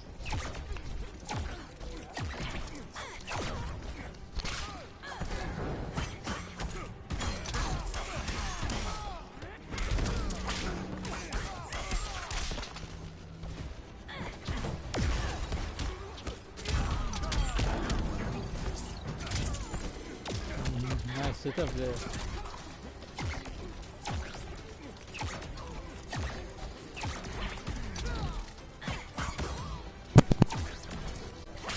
I'm back, boys. Hey, what's going on? Nothing much. Dude, Cyborg versus Catwoman. That's a matchup you don't see every day. Jabree finally came back. Yes, sir. Welcome. I am back. Have you heard of the Thank announcement? Aziz can't make it. So Undertaker won. I just can't make it. And we have Sharkteeth versus Undertaker for top 4. Dude, that, I saw that Sharkteeth reverse 3-0, man. Yes, that was yes, really man. good with Black Adam. That was I was impressive. impressed. Well done, Sharkteeth. That's my boy.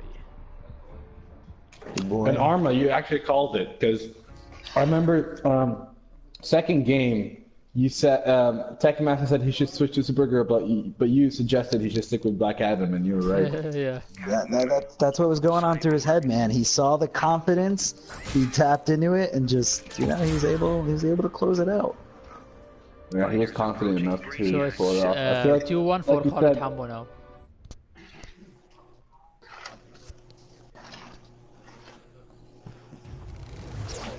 Why is there like blue material coming out the back of her head? Kind of weird. I don't know. Alright.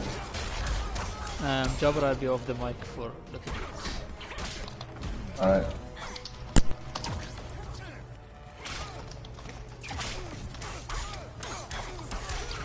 What do you think of that Cyborg skin? I actually love it. It's, yeah, it's so hard not to hate. I'm sorry, it's so hard to hate on anything. Oh, hold on, this is just pure adaptation here from Silverclaw. Just, Yeah. he's recognizing what to do in the situation, and he's kind of seeing a win-win situation in terms of when he's got Cyborg down on the ground in the corner. He's neutral jumping because if he wakes up, full combo punished. If he doesn't wake up, I get to continue my pressure, continue my staggers, and just possibly find something here. I feel like, yeah, you can see Hamou's Cyborg. I feel like he's more comfortable, obviously, full screen, and he needs to work on how to deal with Catwoman up in his face, which is not something Cyborgs can really do, I guess.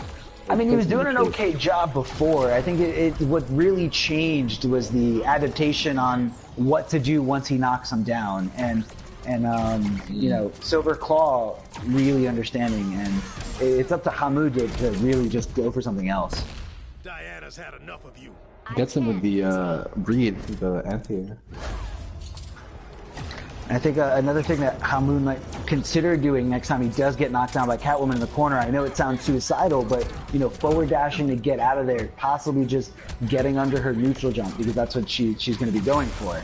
But you got to watch out if she... That's not a bad suggestion, yeah, but it's very risky to do that. I feel like you should go for more delay wake-ups and just stay on the ground, because usually when he's knocked down, Catwoman will continue her string just to keep the pressure on. Snatched out of the air, and thanks to that last bar, able to continue the combo here. Silverclaw on his way for a reverse. I believe this would be a reverse 3-0. I believe the set is 2-2, or is it 2-1? Yeah, it's 2-2 right now. Are we gonna see 2 reverse 3-0s? What do you think? I don't know, man. It's when you let somebody reverse 3-0 you, that's really a shot at your adaptation ability, or your ability to recognize adaptation. But hold on, I mean, we might be going full adaptation here. Cyborg wasn't enough, so let's go to another zoner. Now this guy might like to zone, or maybe he's just gonna call out the Catwoman altogether, saying that this character is so simple. Nope, never mind. My hype levels just went down. My hype levels. The thing about Hamou is, aside from Cyborg, he pretty much plays the whole female cast, and your hype level is back because he got Starfire again. Yeah. You got Starfire, different character, a little bit less of a. I would say not as heavy of a zoner as Cyborg, but I think she's got a little bit more depth when it comes to her wake-ups. So it's not going to be just like a one easy neutral jump to stop all wake-ups. You know, you got to anticipate all different types, the ones with invincibility, the ones with really fast activating hitboxes. Whoa, looking for the down 2 there, not getting it here. Neutral jumping, not converting to a full combo. Looking for that meter burn back 3. Ooh, and what a hit confirm there. Realizing and recognizing the cap dash did connect, meter burning it for the extended combo. Starfire down, not anticipating the late tech roll there. The soft knockdown really throws off the timing, and it's hard to really predict. Yeah, it's hard to predict when your opponent's going to do it or not, and even when they do it, they still have access to a wake up. Yeah, so like usually Catwoman, when you get the whip, you get the hard knockdown. It's very instinctive what you want to do next. You know, like it's very rare when the whip doesn't connect, and like you're very thrown off because, like you said, the opponent can wake up, they can do a bunch of things because they didn't do the hard knockdown. But actually, Tekken Master. Oh man, no, it was getting very interesting, and this is super duper close. So I think this pick is definitely the way to go.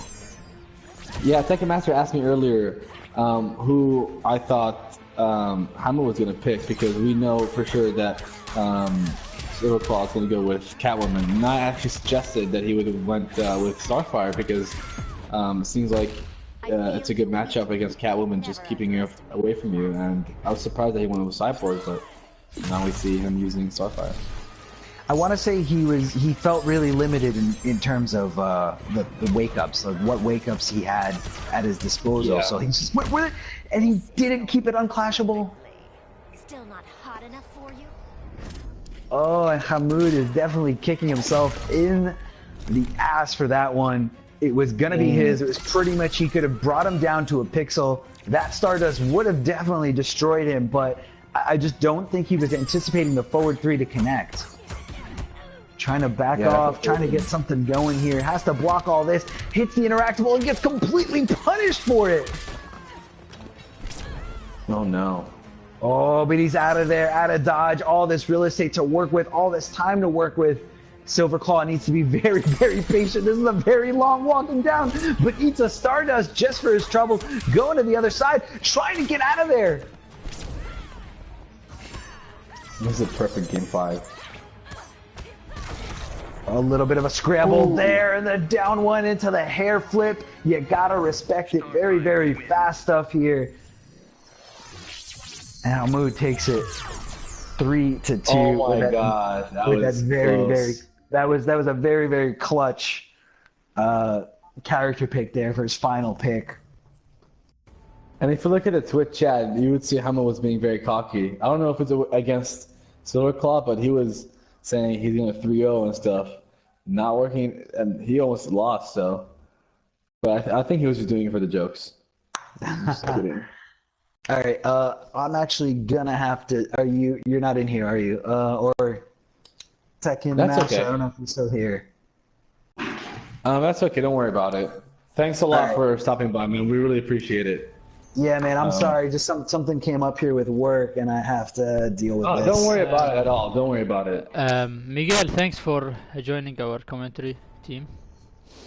Yes, I had a lot of fun. It was an honor really for impressed. us having you here with us. Of course, and hopefully man. when we get everything set up properly, and if we're lucky enough to get you again, that's going to be a blast because everything's going to be set up properly. Yeah, man. No, thank you again. I got a PC. I can, get on. It'll be a better mic. I promise. Sure, and, man. Yeah, man. TM, just stay in touch. We'll talk on Sure, Twitter. man. We will. No problem. All right. See you. Later, dude. Take care. So our next match will be in top 4. So it will be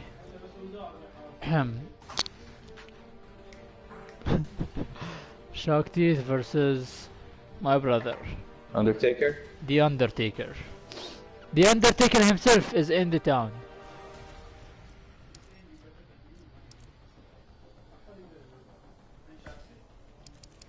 Jabber.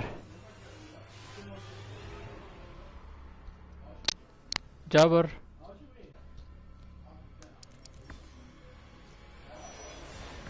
Hello? هلا جابر بضيفك ها؟ اوكي. بتتم let's عقب do it. التورنمنت؟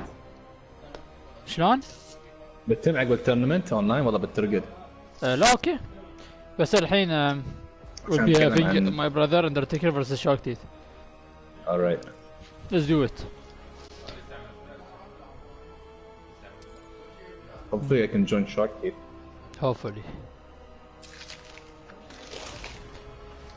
شرايك بالانجليزي؟ مالك حال. So guys, we have our top 4. Undertaker versus Sharkteeth.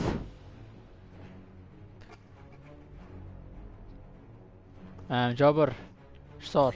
Sorry. I can't join. Oh shit. والله سالفة.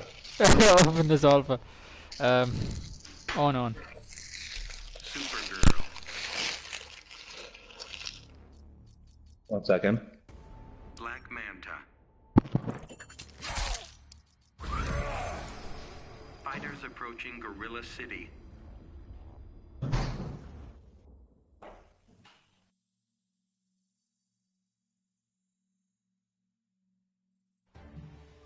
Begin.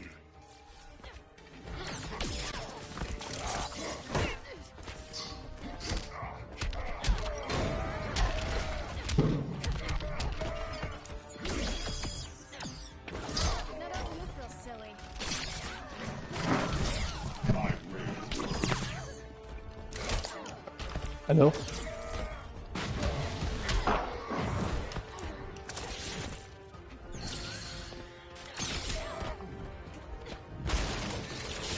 What's going on? Who's winning?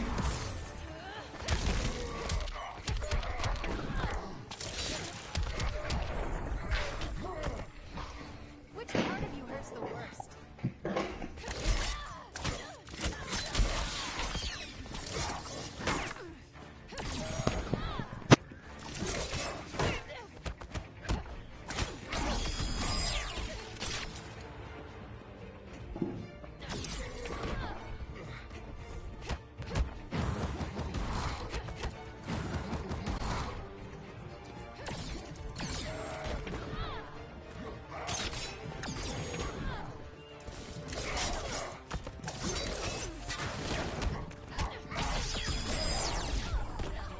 Let's get this over with.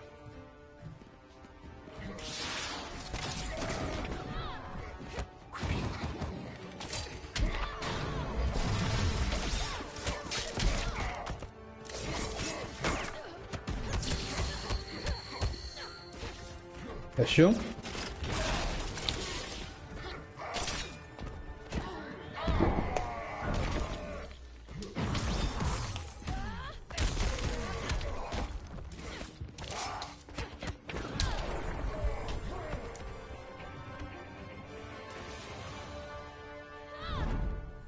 Supergirl wins. Sharkteeth gonna take game number 1.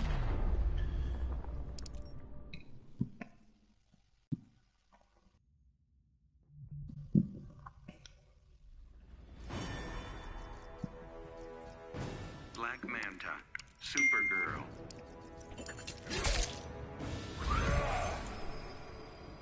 Fighters approaching Brainiac's ship.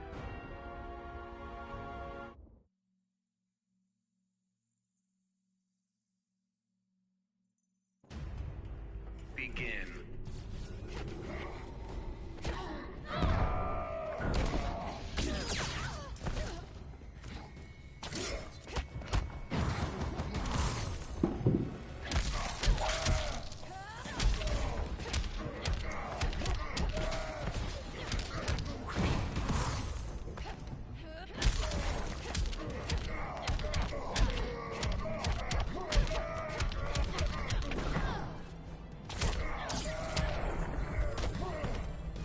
I can knock you down all day.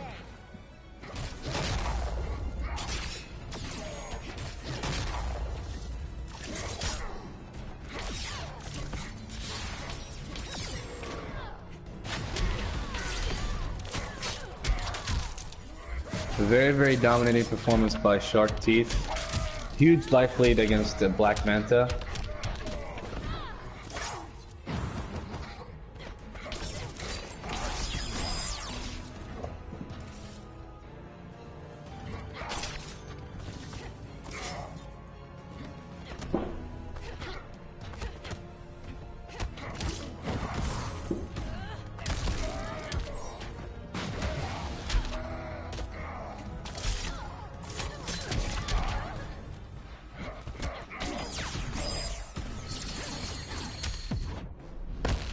Why don't you just give up?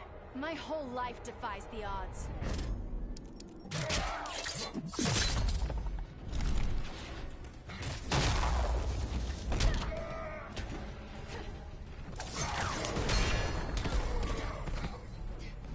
Let's get this over with.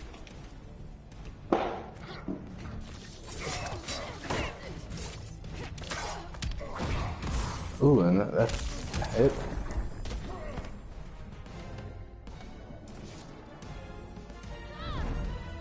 Supergirl wins.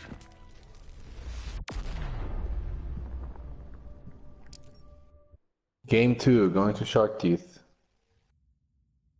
Can Undertaker bring this back? Another reverse 3-0 perhaps? Black So far Manta, we've had one, Supergirl. where Sharkteeth took it against UAE Ghost. Fighters And we almost approaching had another one with Hammo and Silverclaw. Silverclaw almost brought it back, and it was down to the last life bar and down to the last few amounts of HP. Let's see what Undertaker does. He's gonna stick with Black Manta. You are sinking like a stone.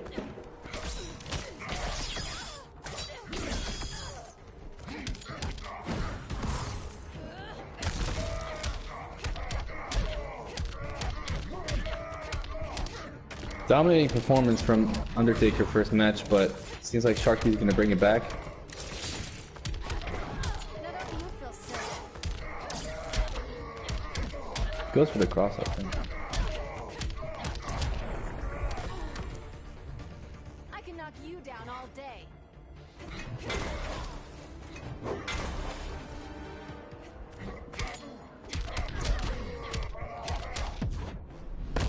I'll fillet you like a fish.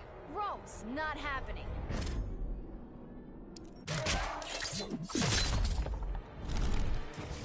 Sharkteeth is just trying to keep Black Manta in the corner. That's where he shines, I guess. And it seems like Undertaker's having a huge trouble trying to block what Sharkteeth's trying to do.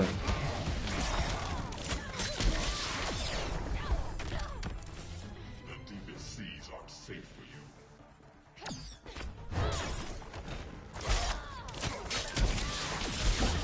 Black Manta's teleport is actually interruptible. Even with meter burn, you can actually interrupt it. So Sharkteeth should look for that. But we got Black Manta bringing it back, Undertaker. But he's back in the corner.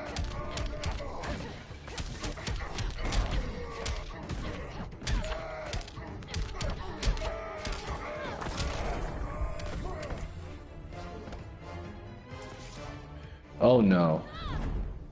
Supergirl wins. Game 3 goes to Sharkteeth. That was very unfortunate. It seems like Undertaker did all the wrong mistakes and that cost him his life because it caused him 3 accidental resets and Sharkteeth took advantage of that. Game 3 goes to Sharkteeth. GG's.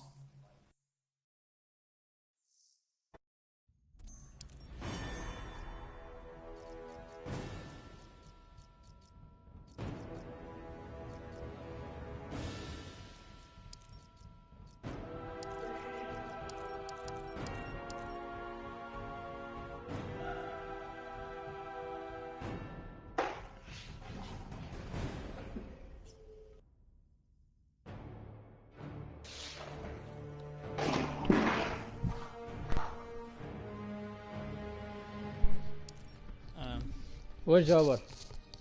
Wish. We're back online. Sharkteeth headed to the finals. The winners final is going to be best of 7, guys. I forgot to ask, what happened with Arma? Amar? Yeah, the first place last He current lost ranking. from Hammo. Oh, did he? Hammo, yes. Hammo is the underdog, man. Do you think that's an upset? Is that considered an upset? Yes, it's definitely considered as an upset. Second place beats first place, huh? We're waiting for Hammo. Hammo, where are you? Can you check with him, Jabree? Hamu? Yes. He probably can't join because of me, though. Oh. So we have to kick you, or what? Unfortunately. Sorry, okay. FueledPunk, can you exit the court? We will invite you again.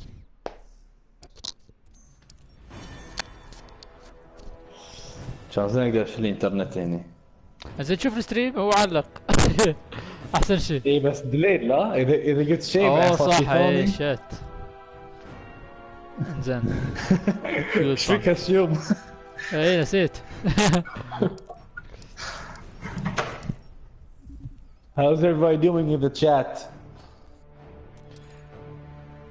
So we have our next semi-final, FueledPunk versus Khalid Hammo. We had a huge show up at today's stream. We had a consistent viewership of over 20 viewers, and I think we peaked at 30 viewers, maybe. It's Yes. pretty good. Not Big bad. improvement from last week. I hope it's gonna go even up when we set up the stream properly for donations, for follows, for alerts, for the fighting layout. So it's going to be Robin, I believe, from Punk side, and Starfire from Hammo side. Jabber, what do you think of this match? Have you ever seen it before? I think competition or Starfire something? wins this. I feel Starfire wins this matchup just because she is able to keep Robin away from her. But I think also Darth Arma mentioned earlier that he has probably the best 4-forward R2, the rolling in, Yes. beautiful rolling, and that's the tool that FueledPunk definitely needs to take advantage of. FueledPunk starting strong this round. He does it early.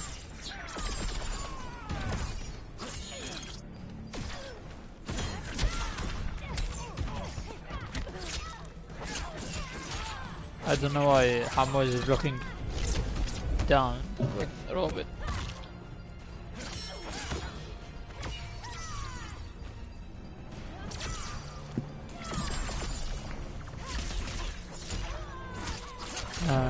What a lovely down two from FueledPunk.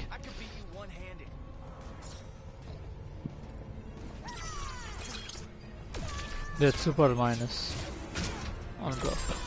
The interactable. Super minus, huh? Yes. Maybe minus 25.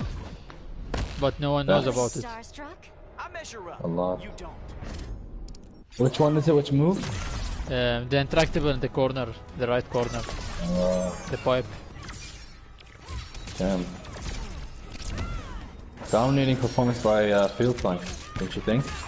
Yes, man. I mean, Mr. Miguel has picked Punk to win the whole tournament. He has put his money on him. Really? Yeah.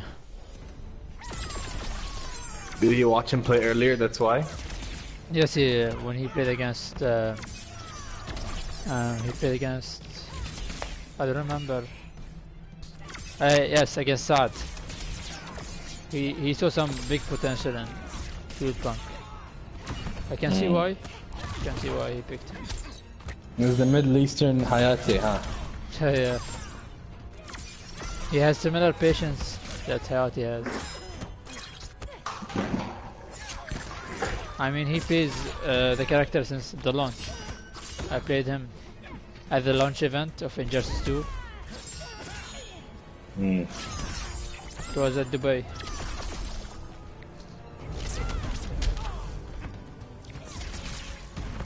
It went down to the wire, ladies and gentlemen. And FueledPunk takes it. So 1-0 now for FueledPunk. Will we see a change from Hammou? That's the question. What do you think, Jabbar? We'll see. I think it was a very close match. He adapted pretty well, so I would think it's a good idea to stay with Starfire. I don't see any reason to change the character. I mean, Robin. I don't think Cheetah does well against Robin. She can jump on him. He has a decent down too.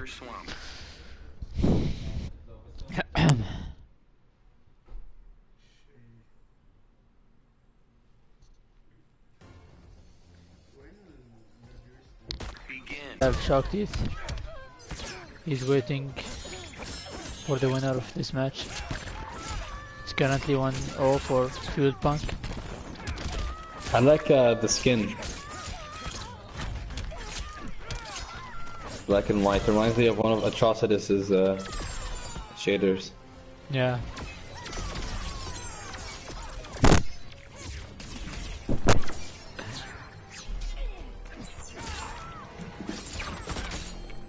Dominating performance by FueledPunk so far.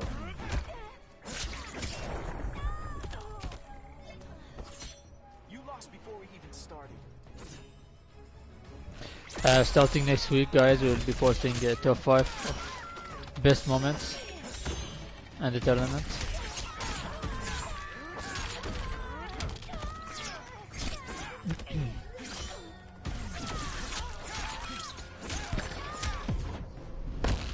Feel the burn.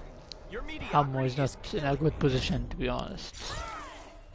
I think, yeah, maybe he needs to change characters. He's not blocking well.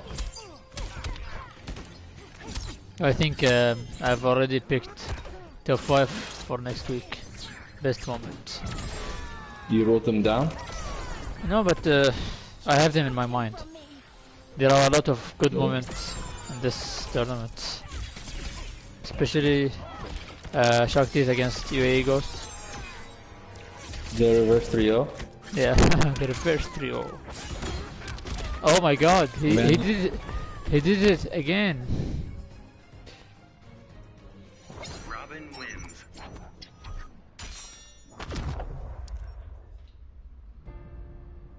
So it's Yeah, he did it 2-0 for FueledPunk. Hammou really needs to find a solution for Punk's Open. You have to believe in your cheetah, man. You have to. Yeah, Go to your beloved one. I think Cheetah would be a good choice, just because Robin won't have any good anti-air options. Yes, you have to sometimes, you know, believe in your character.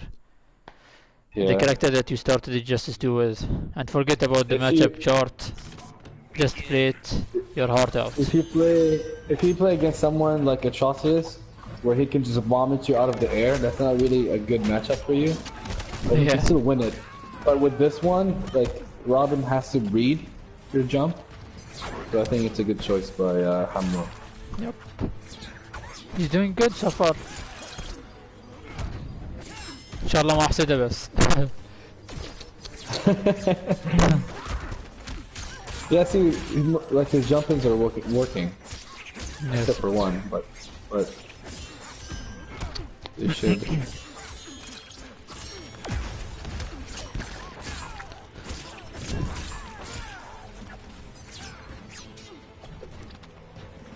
Joe from Chidi, I can't commentate on stream because when I said his jump-ins are working, when I saw they weren't working on stream after. There is delay. Yeah. But see, yeah, Robin is reading the jump-ins by Cheetah. I really enjoy watching Cheetah get played with. She's so random, man. The jump-in working for him, and he gets the kill.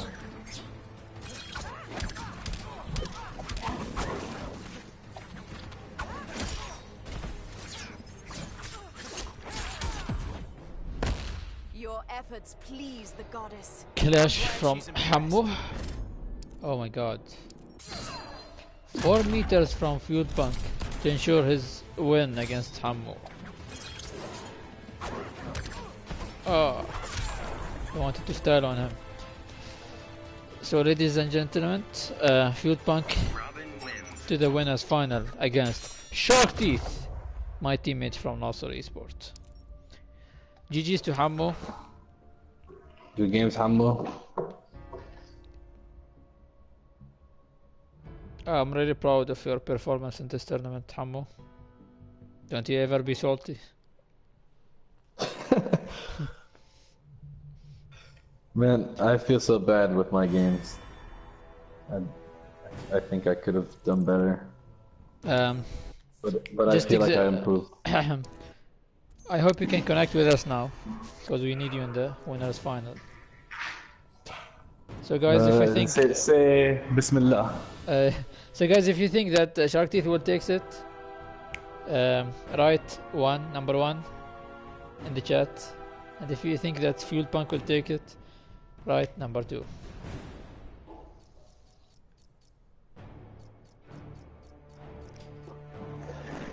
Sharkteeth, FueledPunk, are you ready, guys?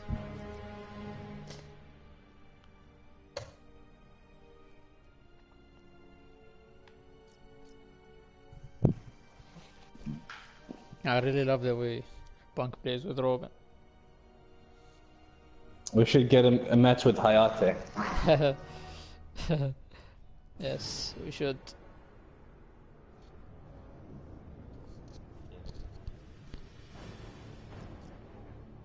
I'm pretty sure I won't be able to join. I can't connect to either FueledPunk or... No, I can't connect to Sharkteeth, I don't think. Really? Okay. I'll invite you now and check. But, Sharkteeth. yeah. Let's do it, guys. The winners final. Sharkteeth versus FueledPunk. Best of 7. Fine.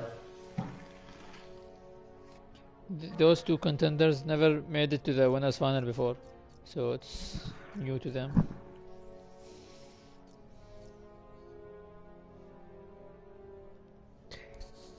Don't forget, guys, to participate in next week's Habibi War. It will be on Friday. You guys, don't forget to follow Nasser Esports and Tekken Master on Twitch, and follow Habibi Wars on Instagram and Twitter.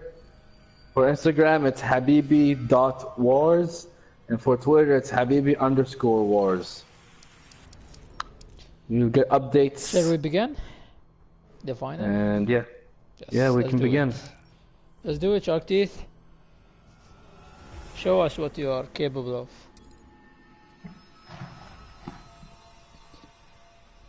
Can you connect with us? Ooh, I connected. Really? Oh. Did Sharkteeth join? If he joined, Not yeah, yet. he won't be able to join. Oh my god, man. Please, Sharkteeth, come in. قول بسم الله قول دعاء.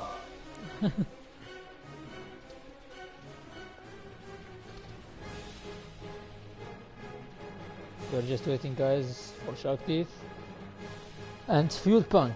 I think the problem is from Jabree. That's why they are not connected. You think? You know. I'm exiting the code, man. It's not working.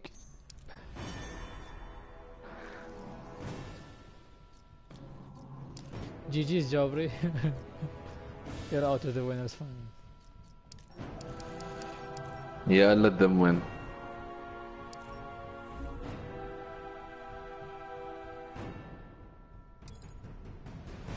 Guys, anyone who is interested in commentating with us next week, just let me know. 2 days before. AFK. Let's do it. أقدر يبيتكم أسوي commentate أو تبيتنا in the side tournament. Jabree, we have لا Super Gear from Sharkteeth side and Robin from FueledPunk side. Who do you think wins this matchup? I think Supergirl. It used to be Super Gear, but now, well, I haven't seen this. Let's find out, I guess. I feel like Supergirl can jump in the air and like just annoy Robin with lasers. Yes, but when she runs out of lasers, she can't do anything. The first hit goes to Sharkteeth into the wall intractable. Super Gear really relies on her meters when she plays.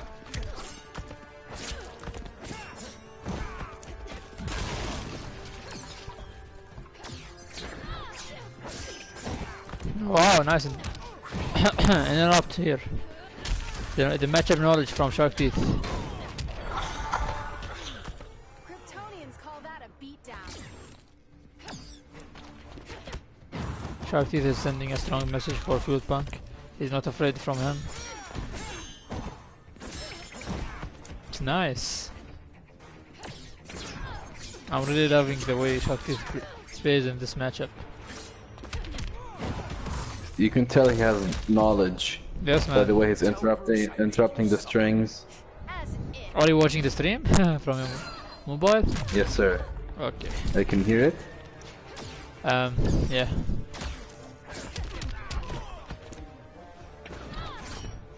You can still analyze the game with me. Yes, sir. Dominating performance by Sharkteeth. He's doing all the right choices. Using his lasers pretty good. I feel like FueledPunk needs to take advantage of the reach of his sword with his strings because they cover a lot of space. He used the wrong retractable. First game goes for Sharkteeth. Supergirl wins. It's too early to judge from now. You never know. It's a best of 7 set. Who's in the losers finals? Oh wait, who's there already? Is it Undertaker? Third place, you mean? For third place? Yeah, for third place. It's Undertaker versus who it loser was of in the semi-final. It was FueledPunk against Hamu, yeah. So it's Hamu against the Undertaker. But unfortunately, Undertaker is not here now. So it will be for Hamu, the third place. I accidentally confused double elimination with single elimination, but yeah, third place I meant. Yeah, no problem. It happens. Sharkteeth starting strong. I know that you love to use the interactable at the beginning of the round in this map. Like I always see you do it. Yes, it always I love works. using it. It used to be unblockable, but it's blockable now. But I still love using it. I've been using this interactable since the beta days, man. At the start of the He used match. it in Combo Breaker against the Forever King, and he fell for it twice, I think. Even, I guess, Sonic Fox, I've done it for Sonic Fox. FueledPunk, adjusting. Nice setup. We're finished from Sharkteeth. Lasers.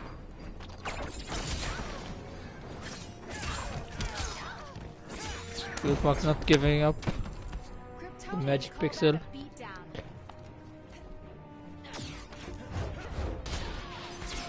I really missed seeing Deadshot, man. What do you think, Mr. Jabber? What Yeah. happened to Deadshot?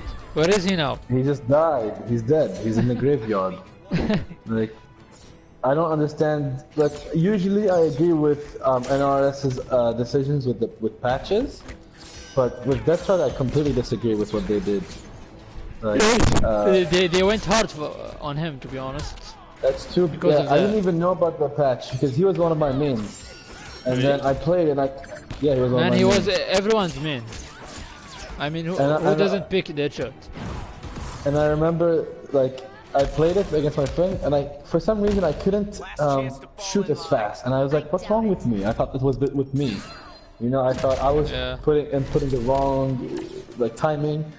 And it was so frustrating. And then I looked it up, and then he was nerfed. And I was like, Yeah. nope, I'm not playing this guy At the anymore. first major at Combo Breaker 2017, everyone was having a pocket Deadshot. And then everyone Yeah. was having a pocket Black Adam. Even you had a pocket Deathshot, but I don't think Who you ever doesn't used play it. them, man? Even our housemate plays Deadshot. Yeah, you had it, but you never played it on Combo Breaker. You stuck with Atrocitus. Yeah.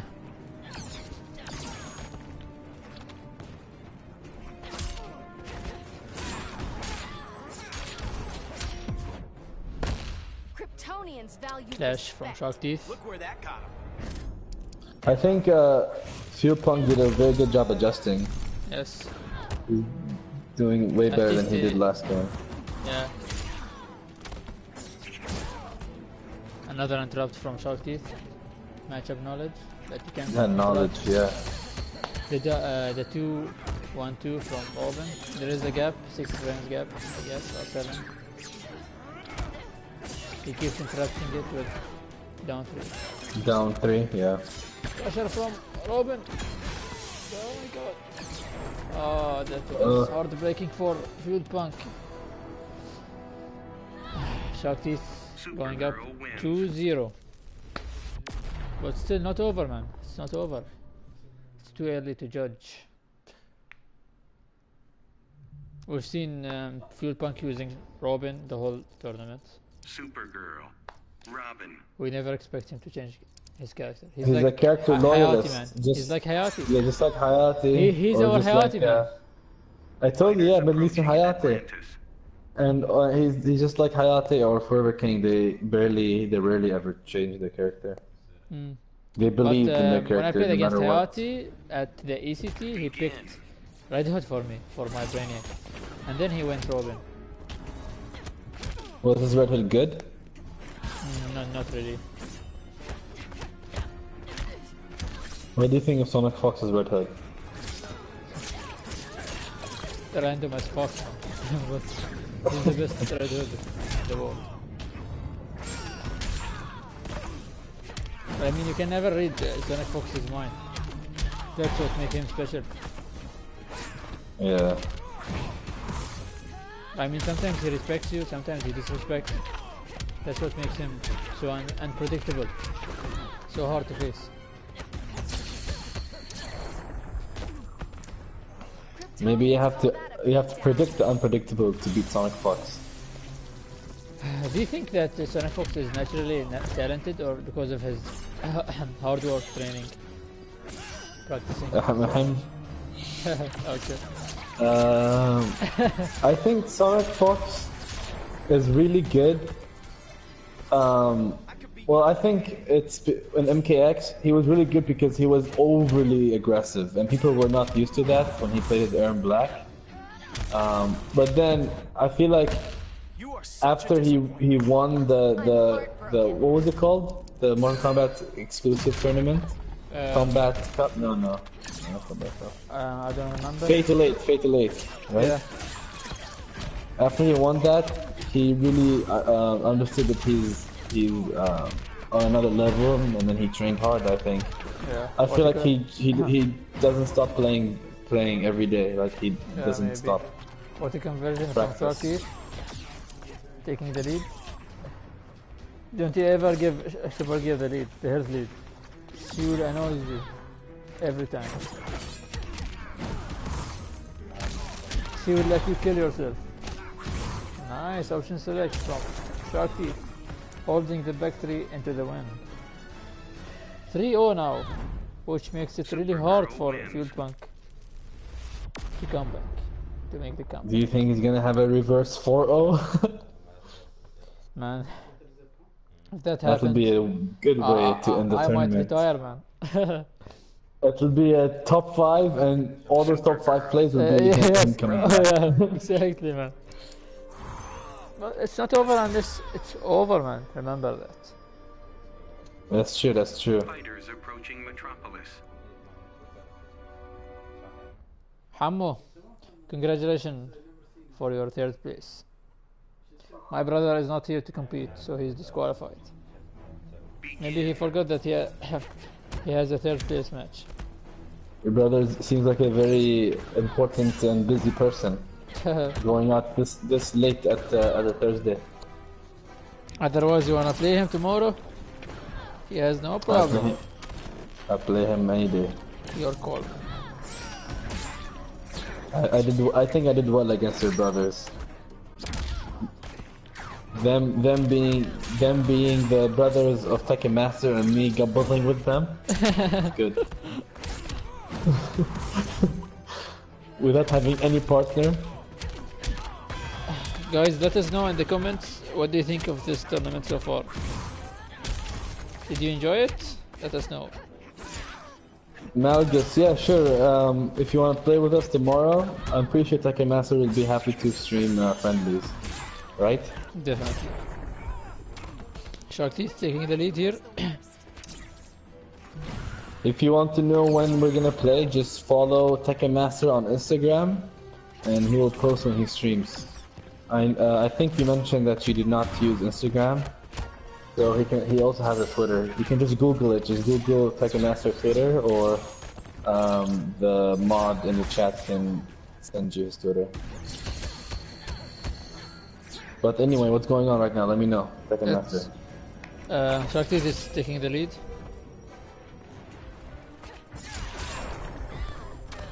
You can still do it, FueledPunk. Don't give up.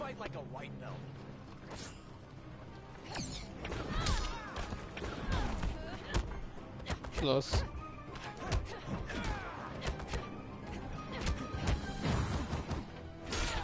Nice punish. What's your Twitter? Tekken Master? Tekken_Master BH. Okay. I mean, Sharkteeth has four bars, and FueledPunk can't clash. It's really hard on FueledPunk. Let's do it.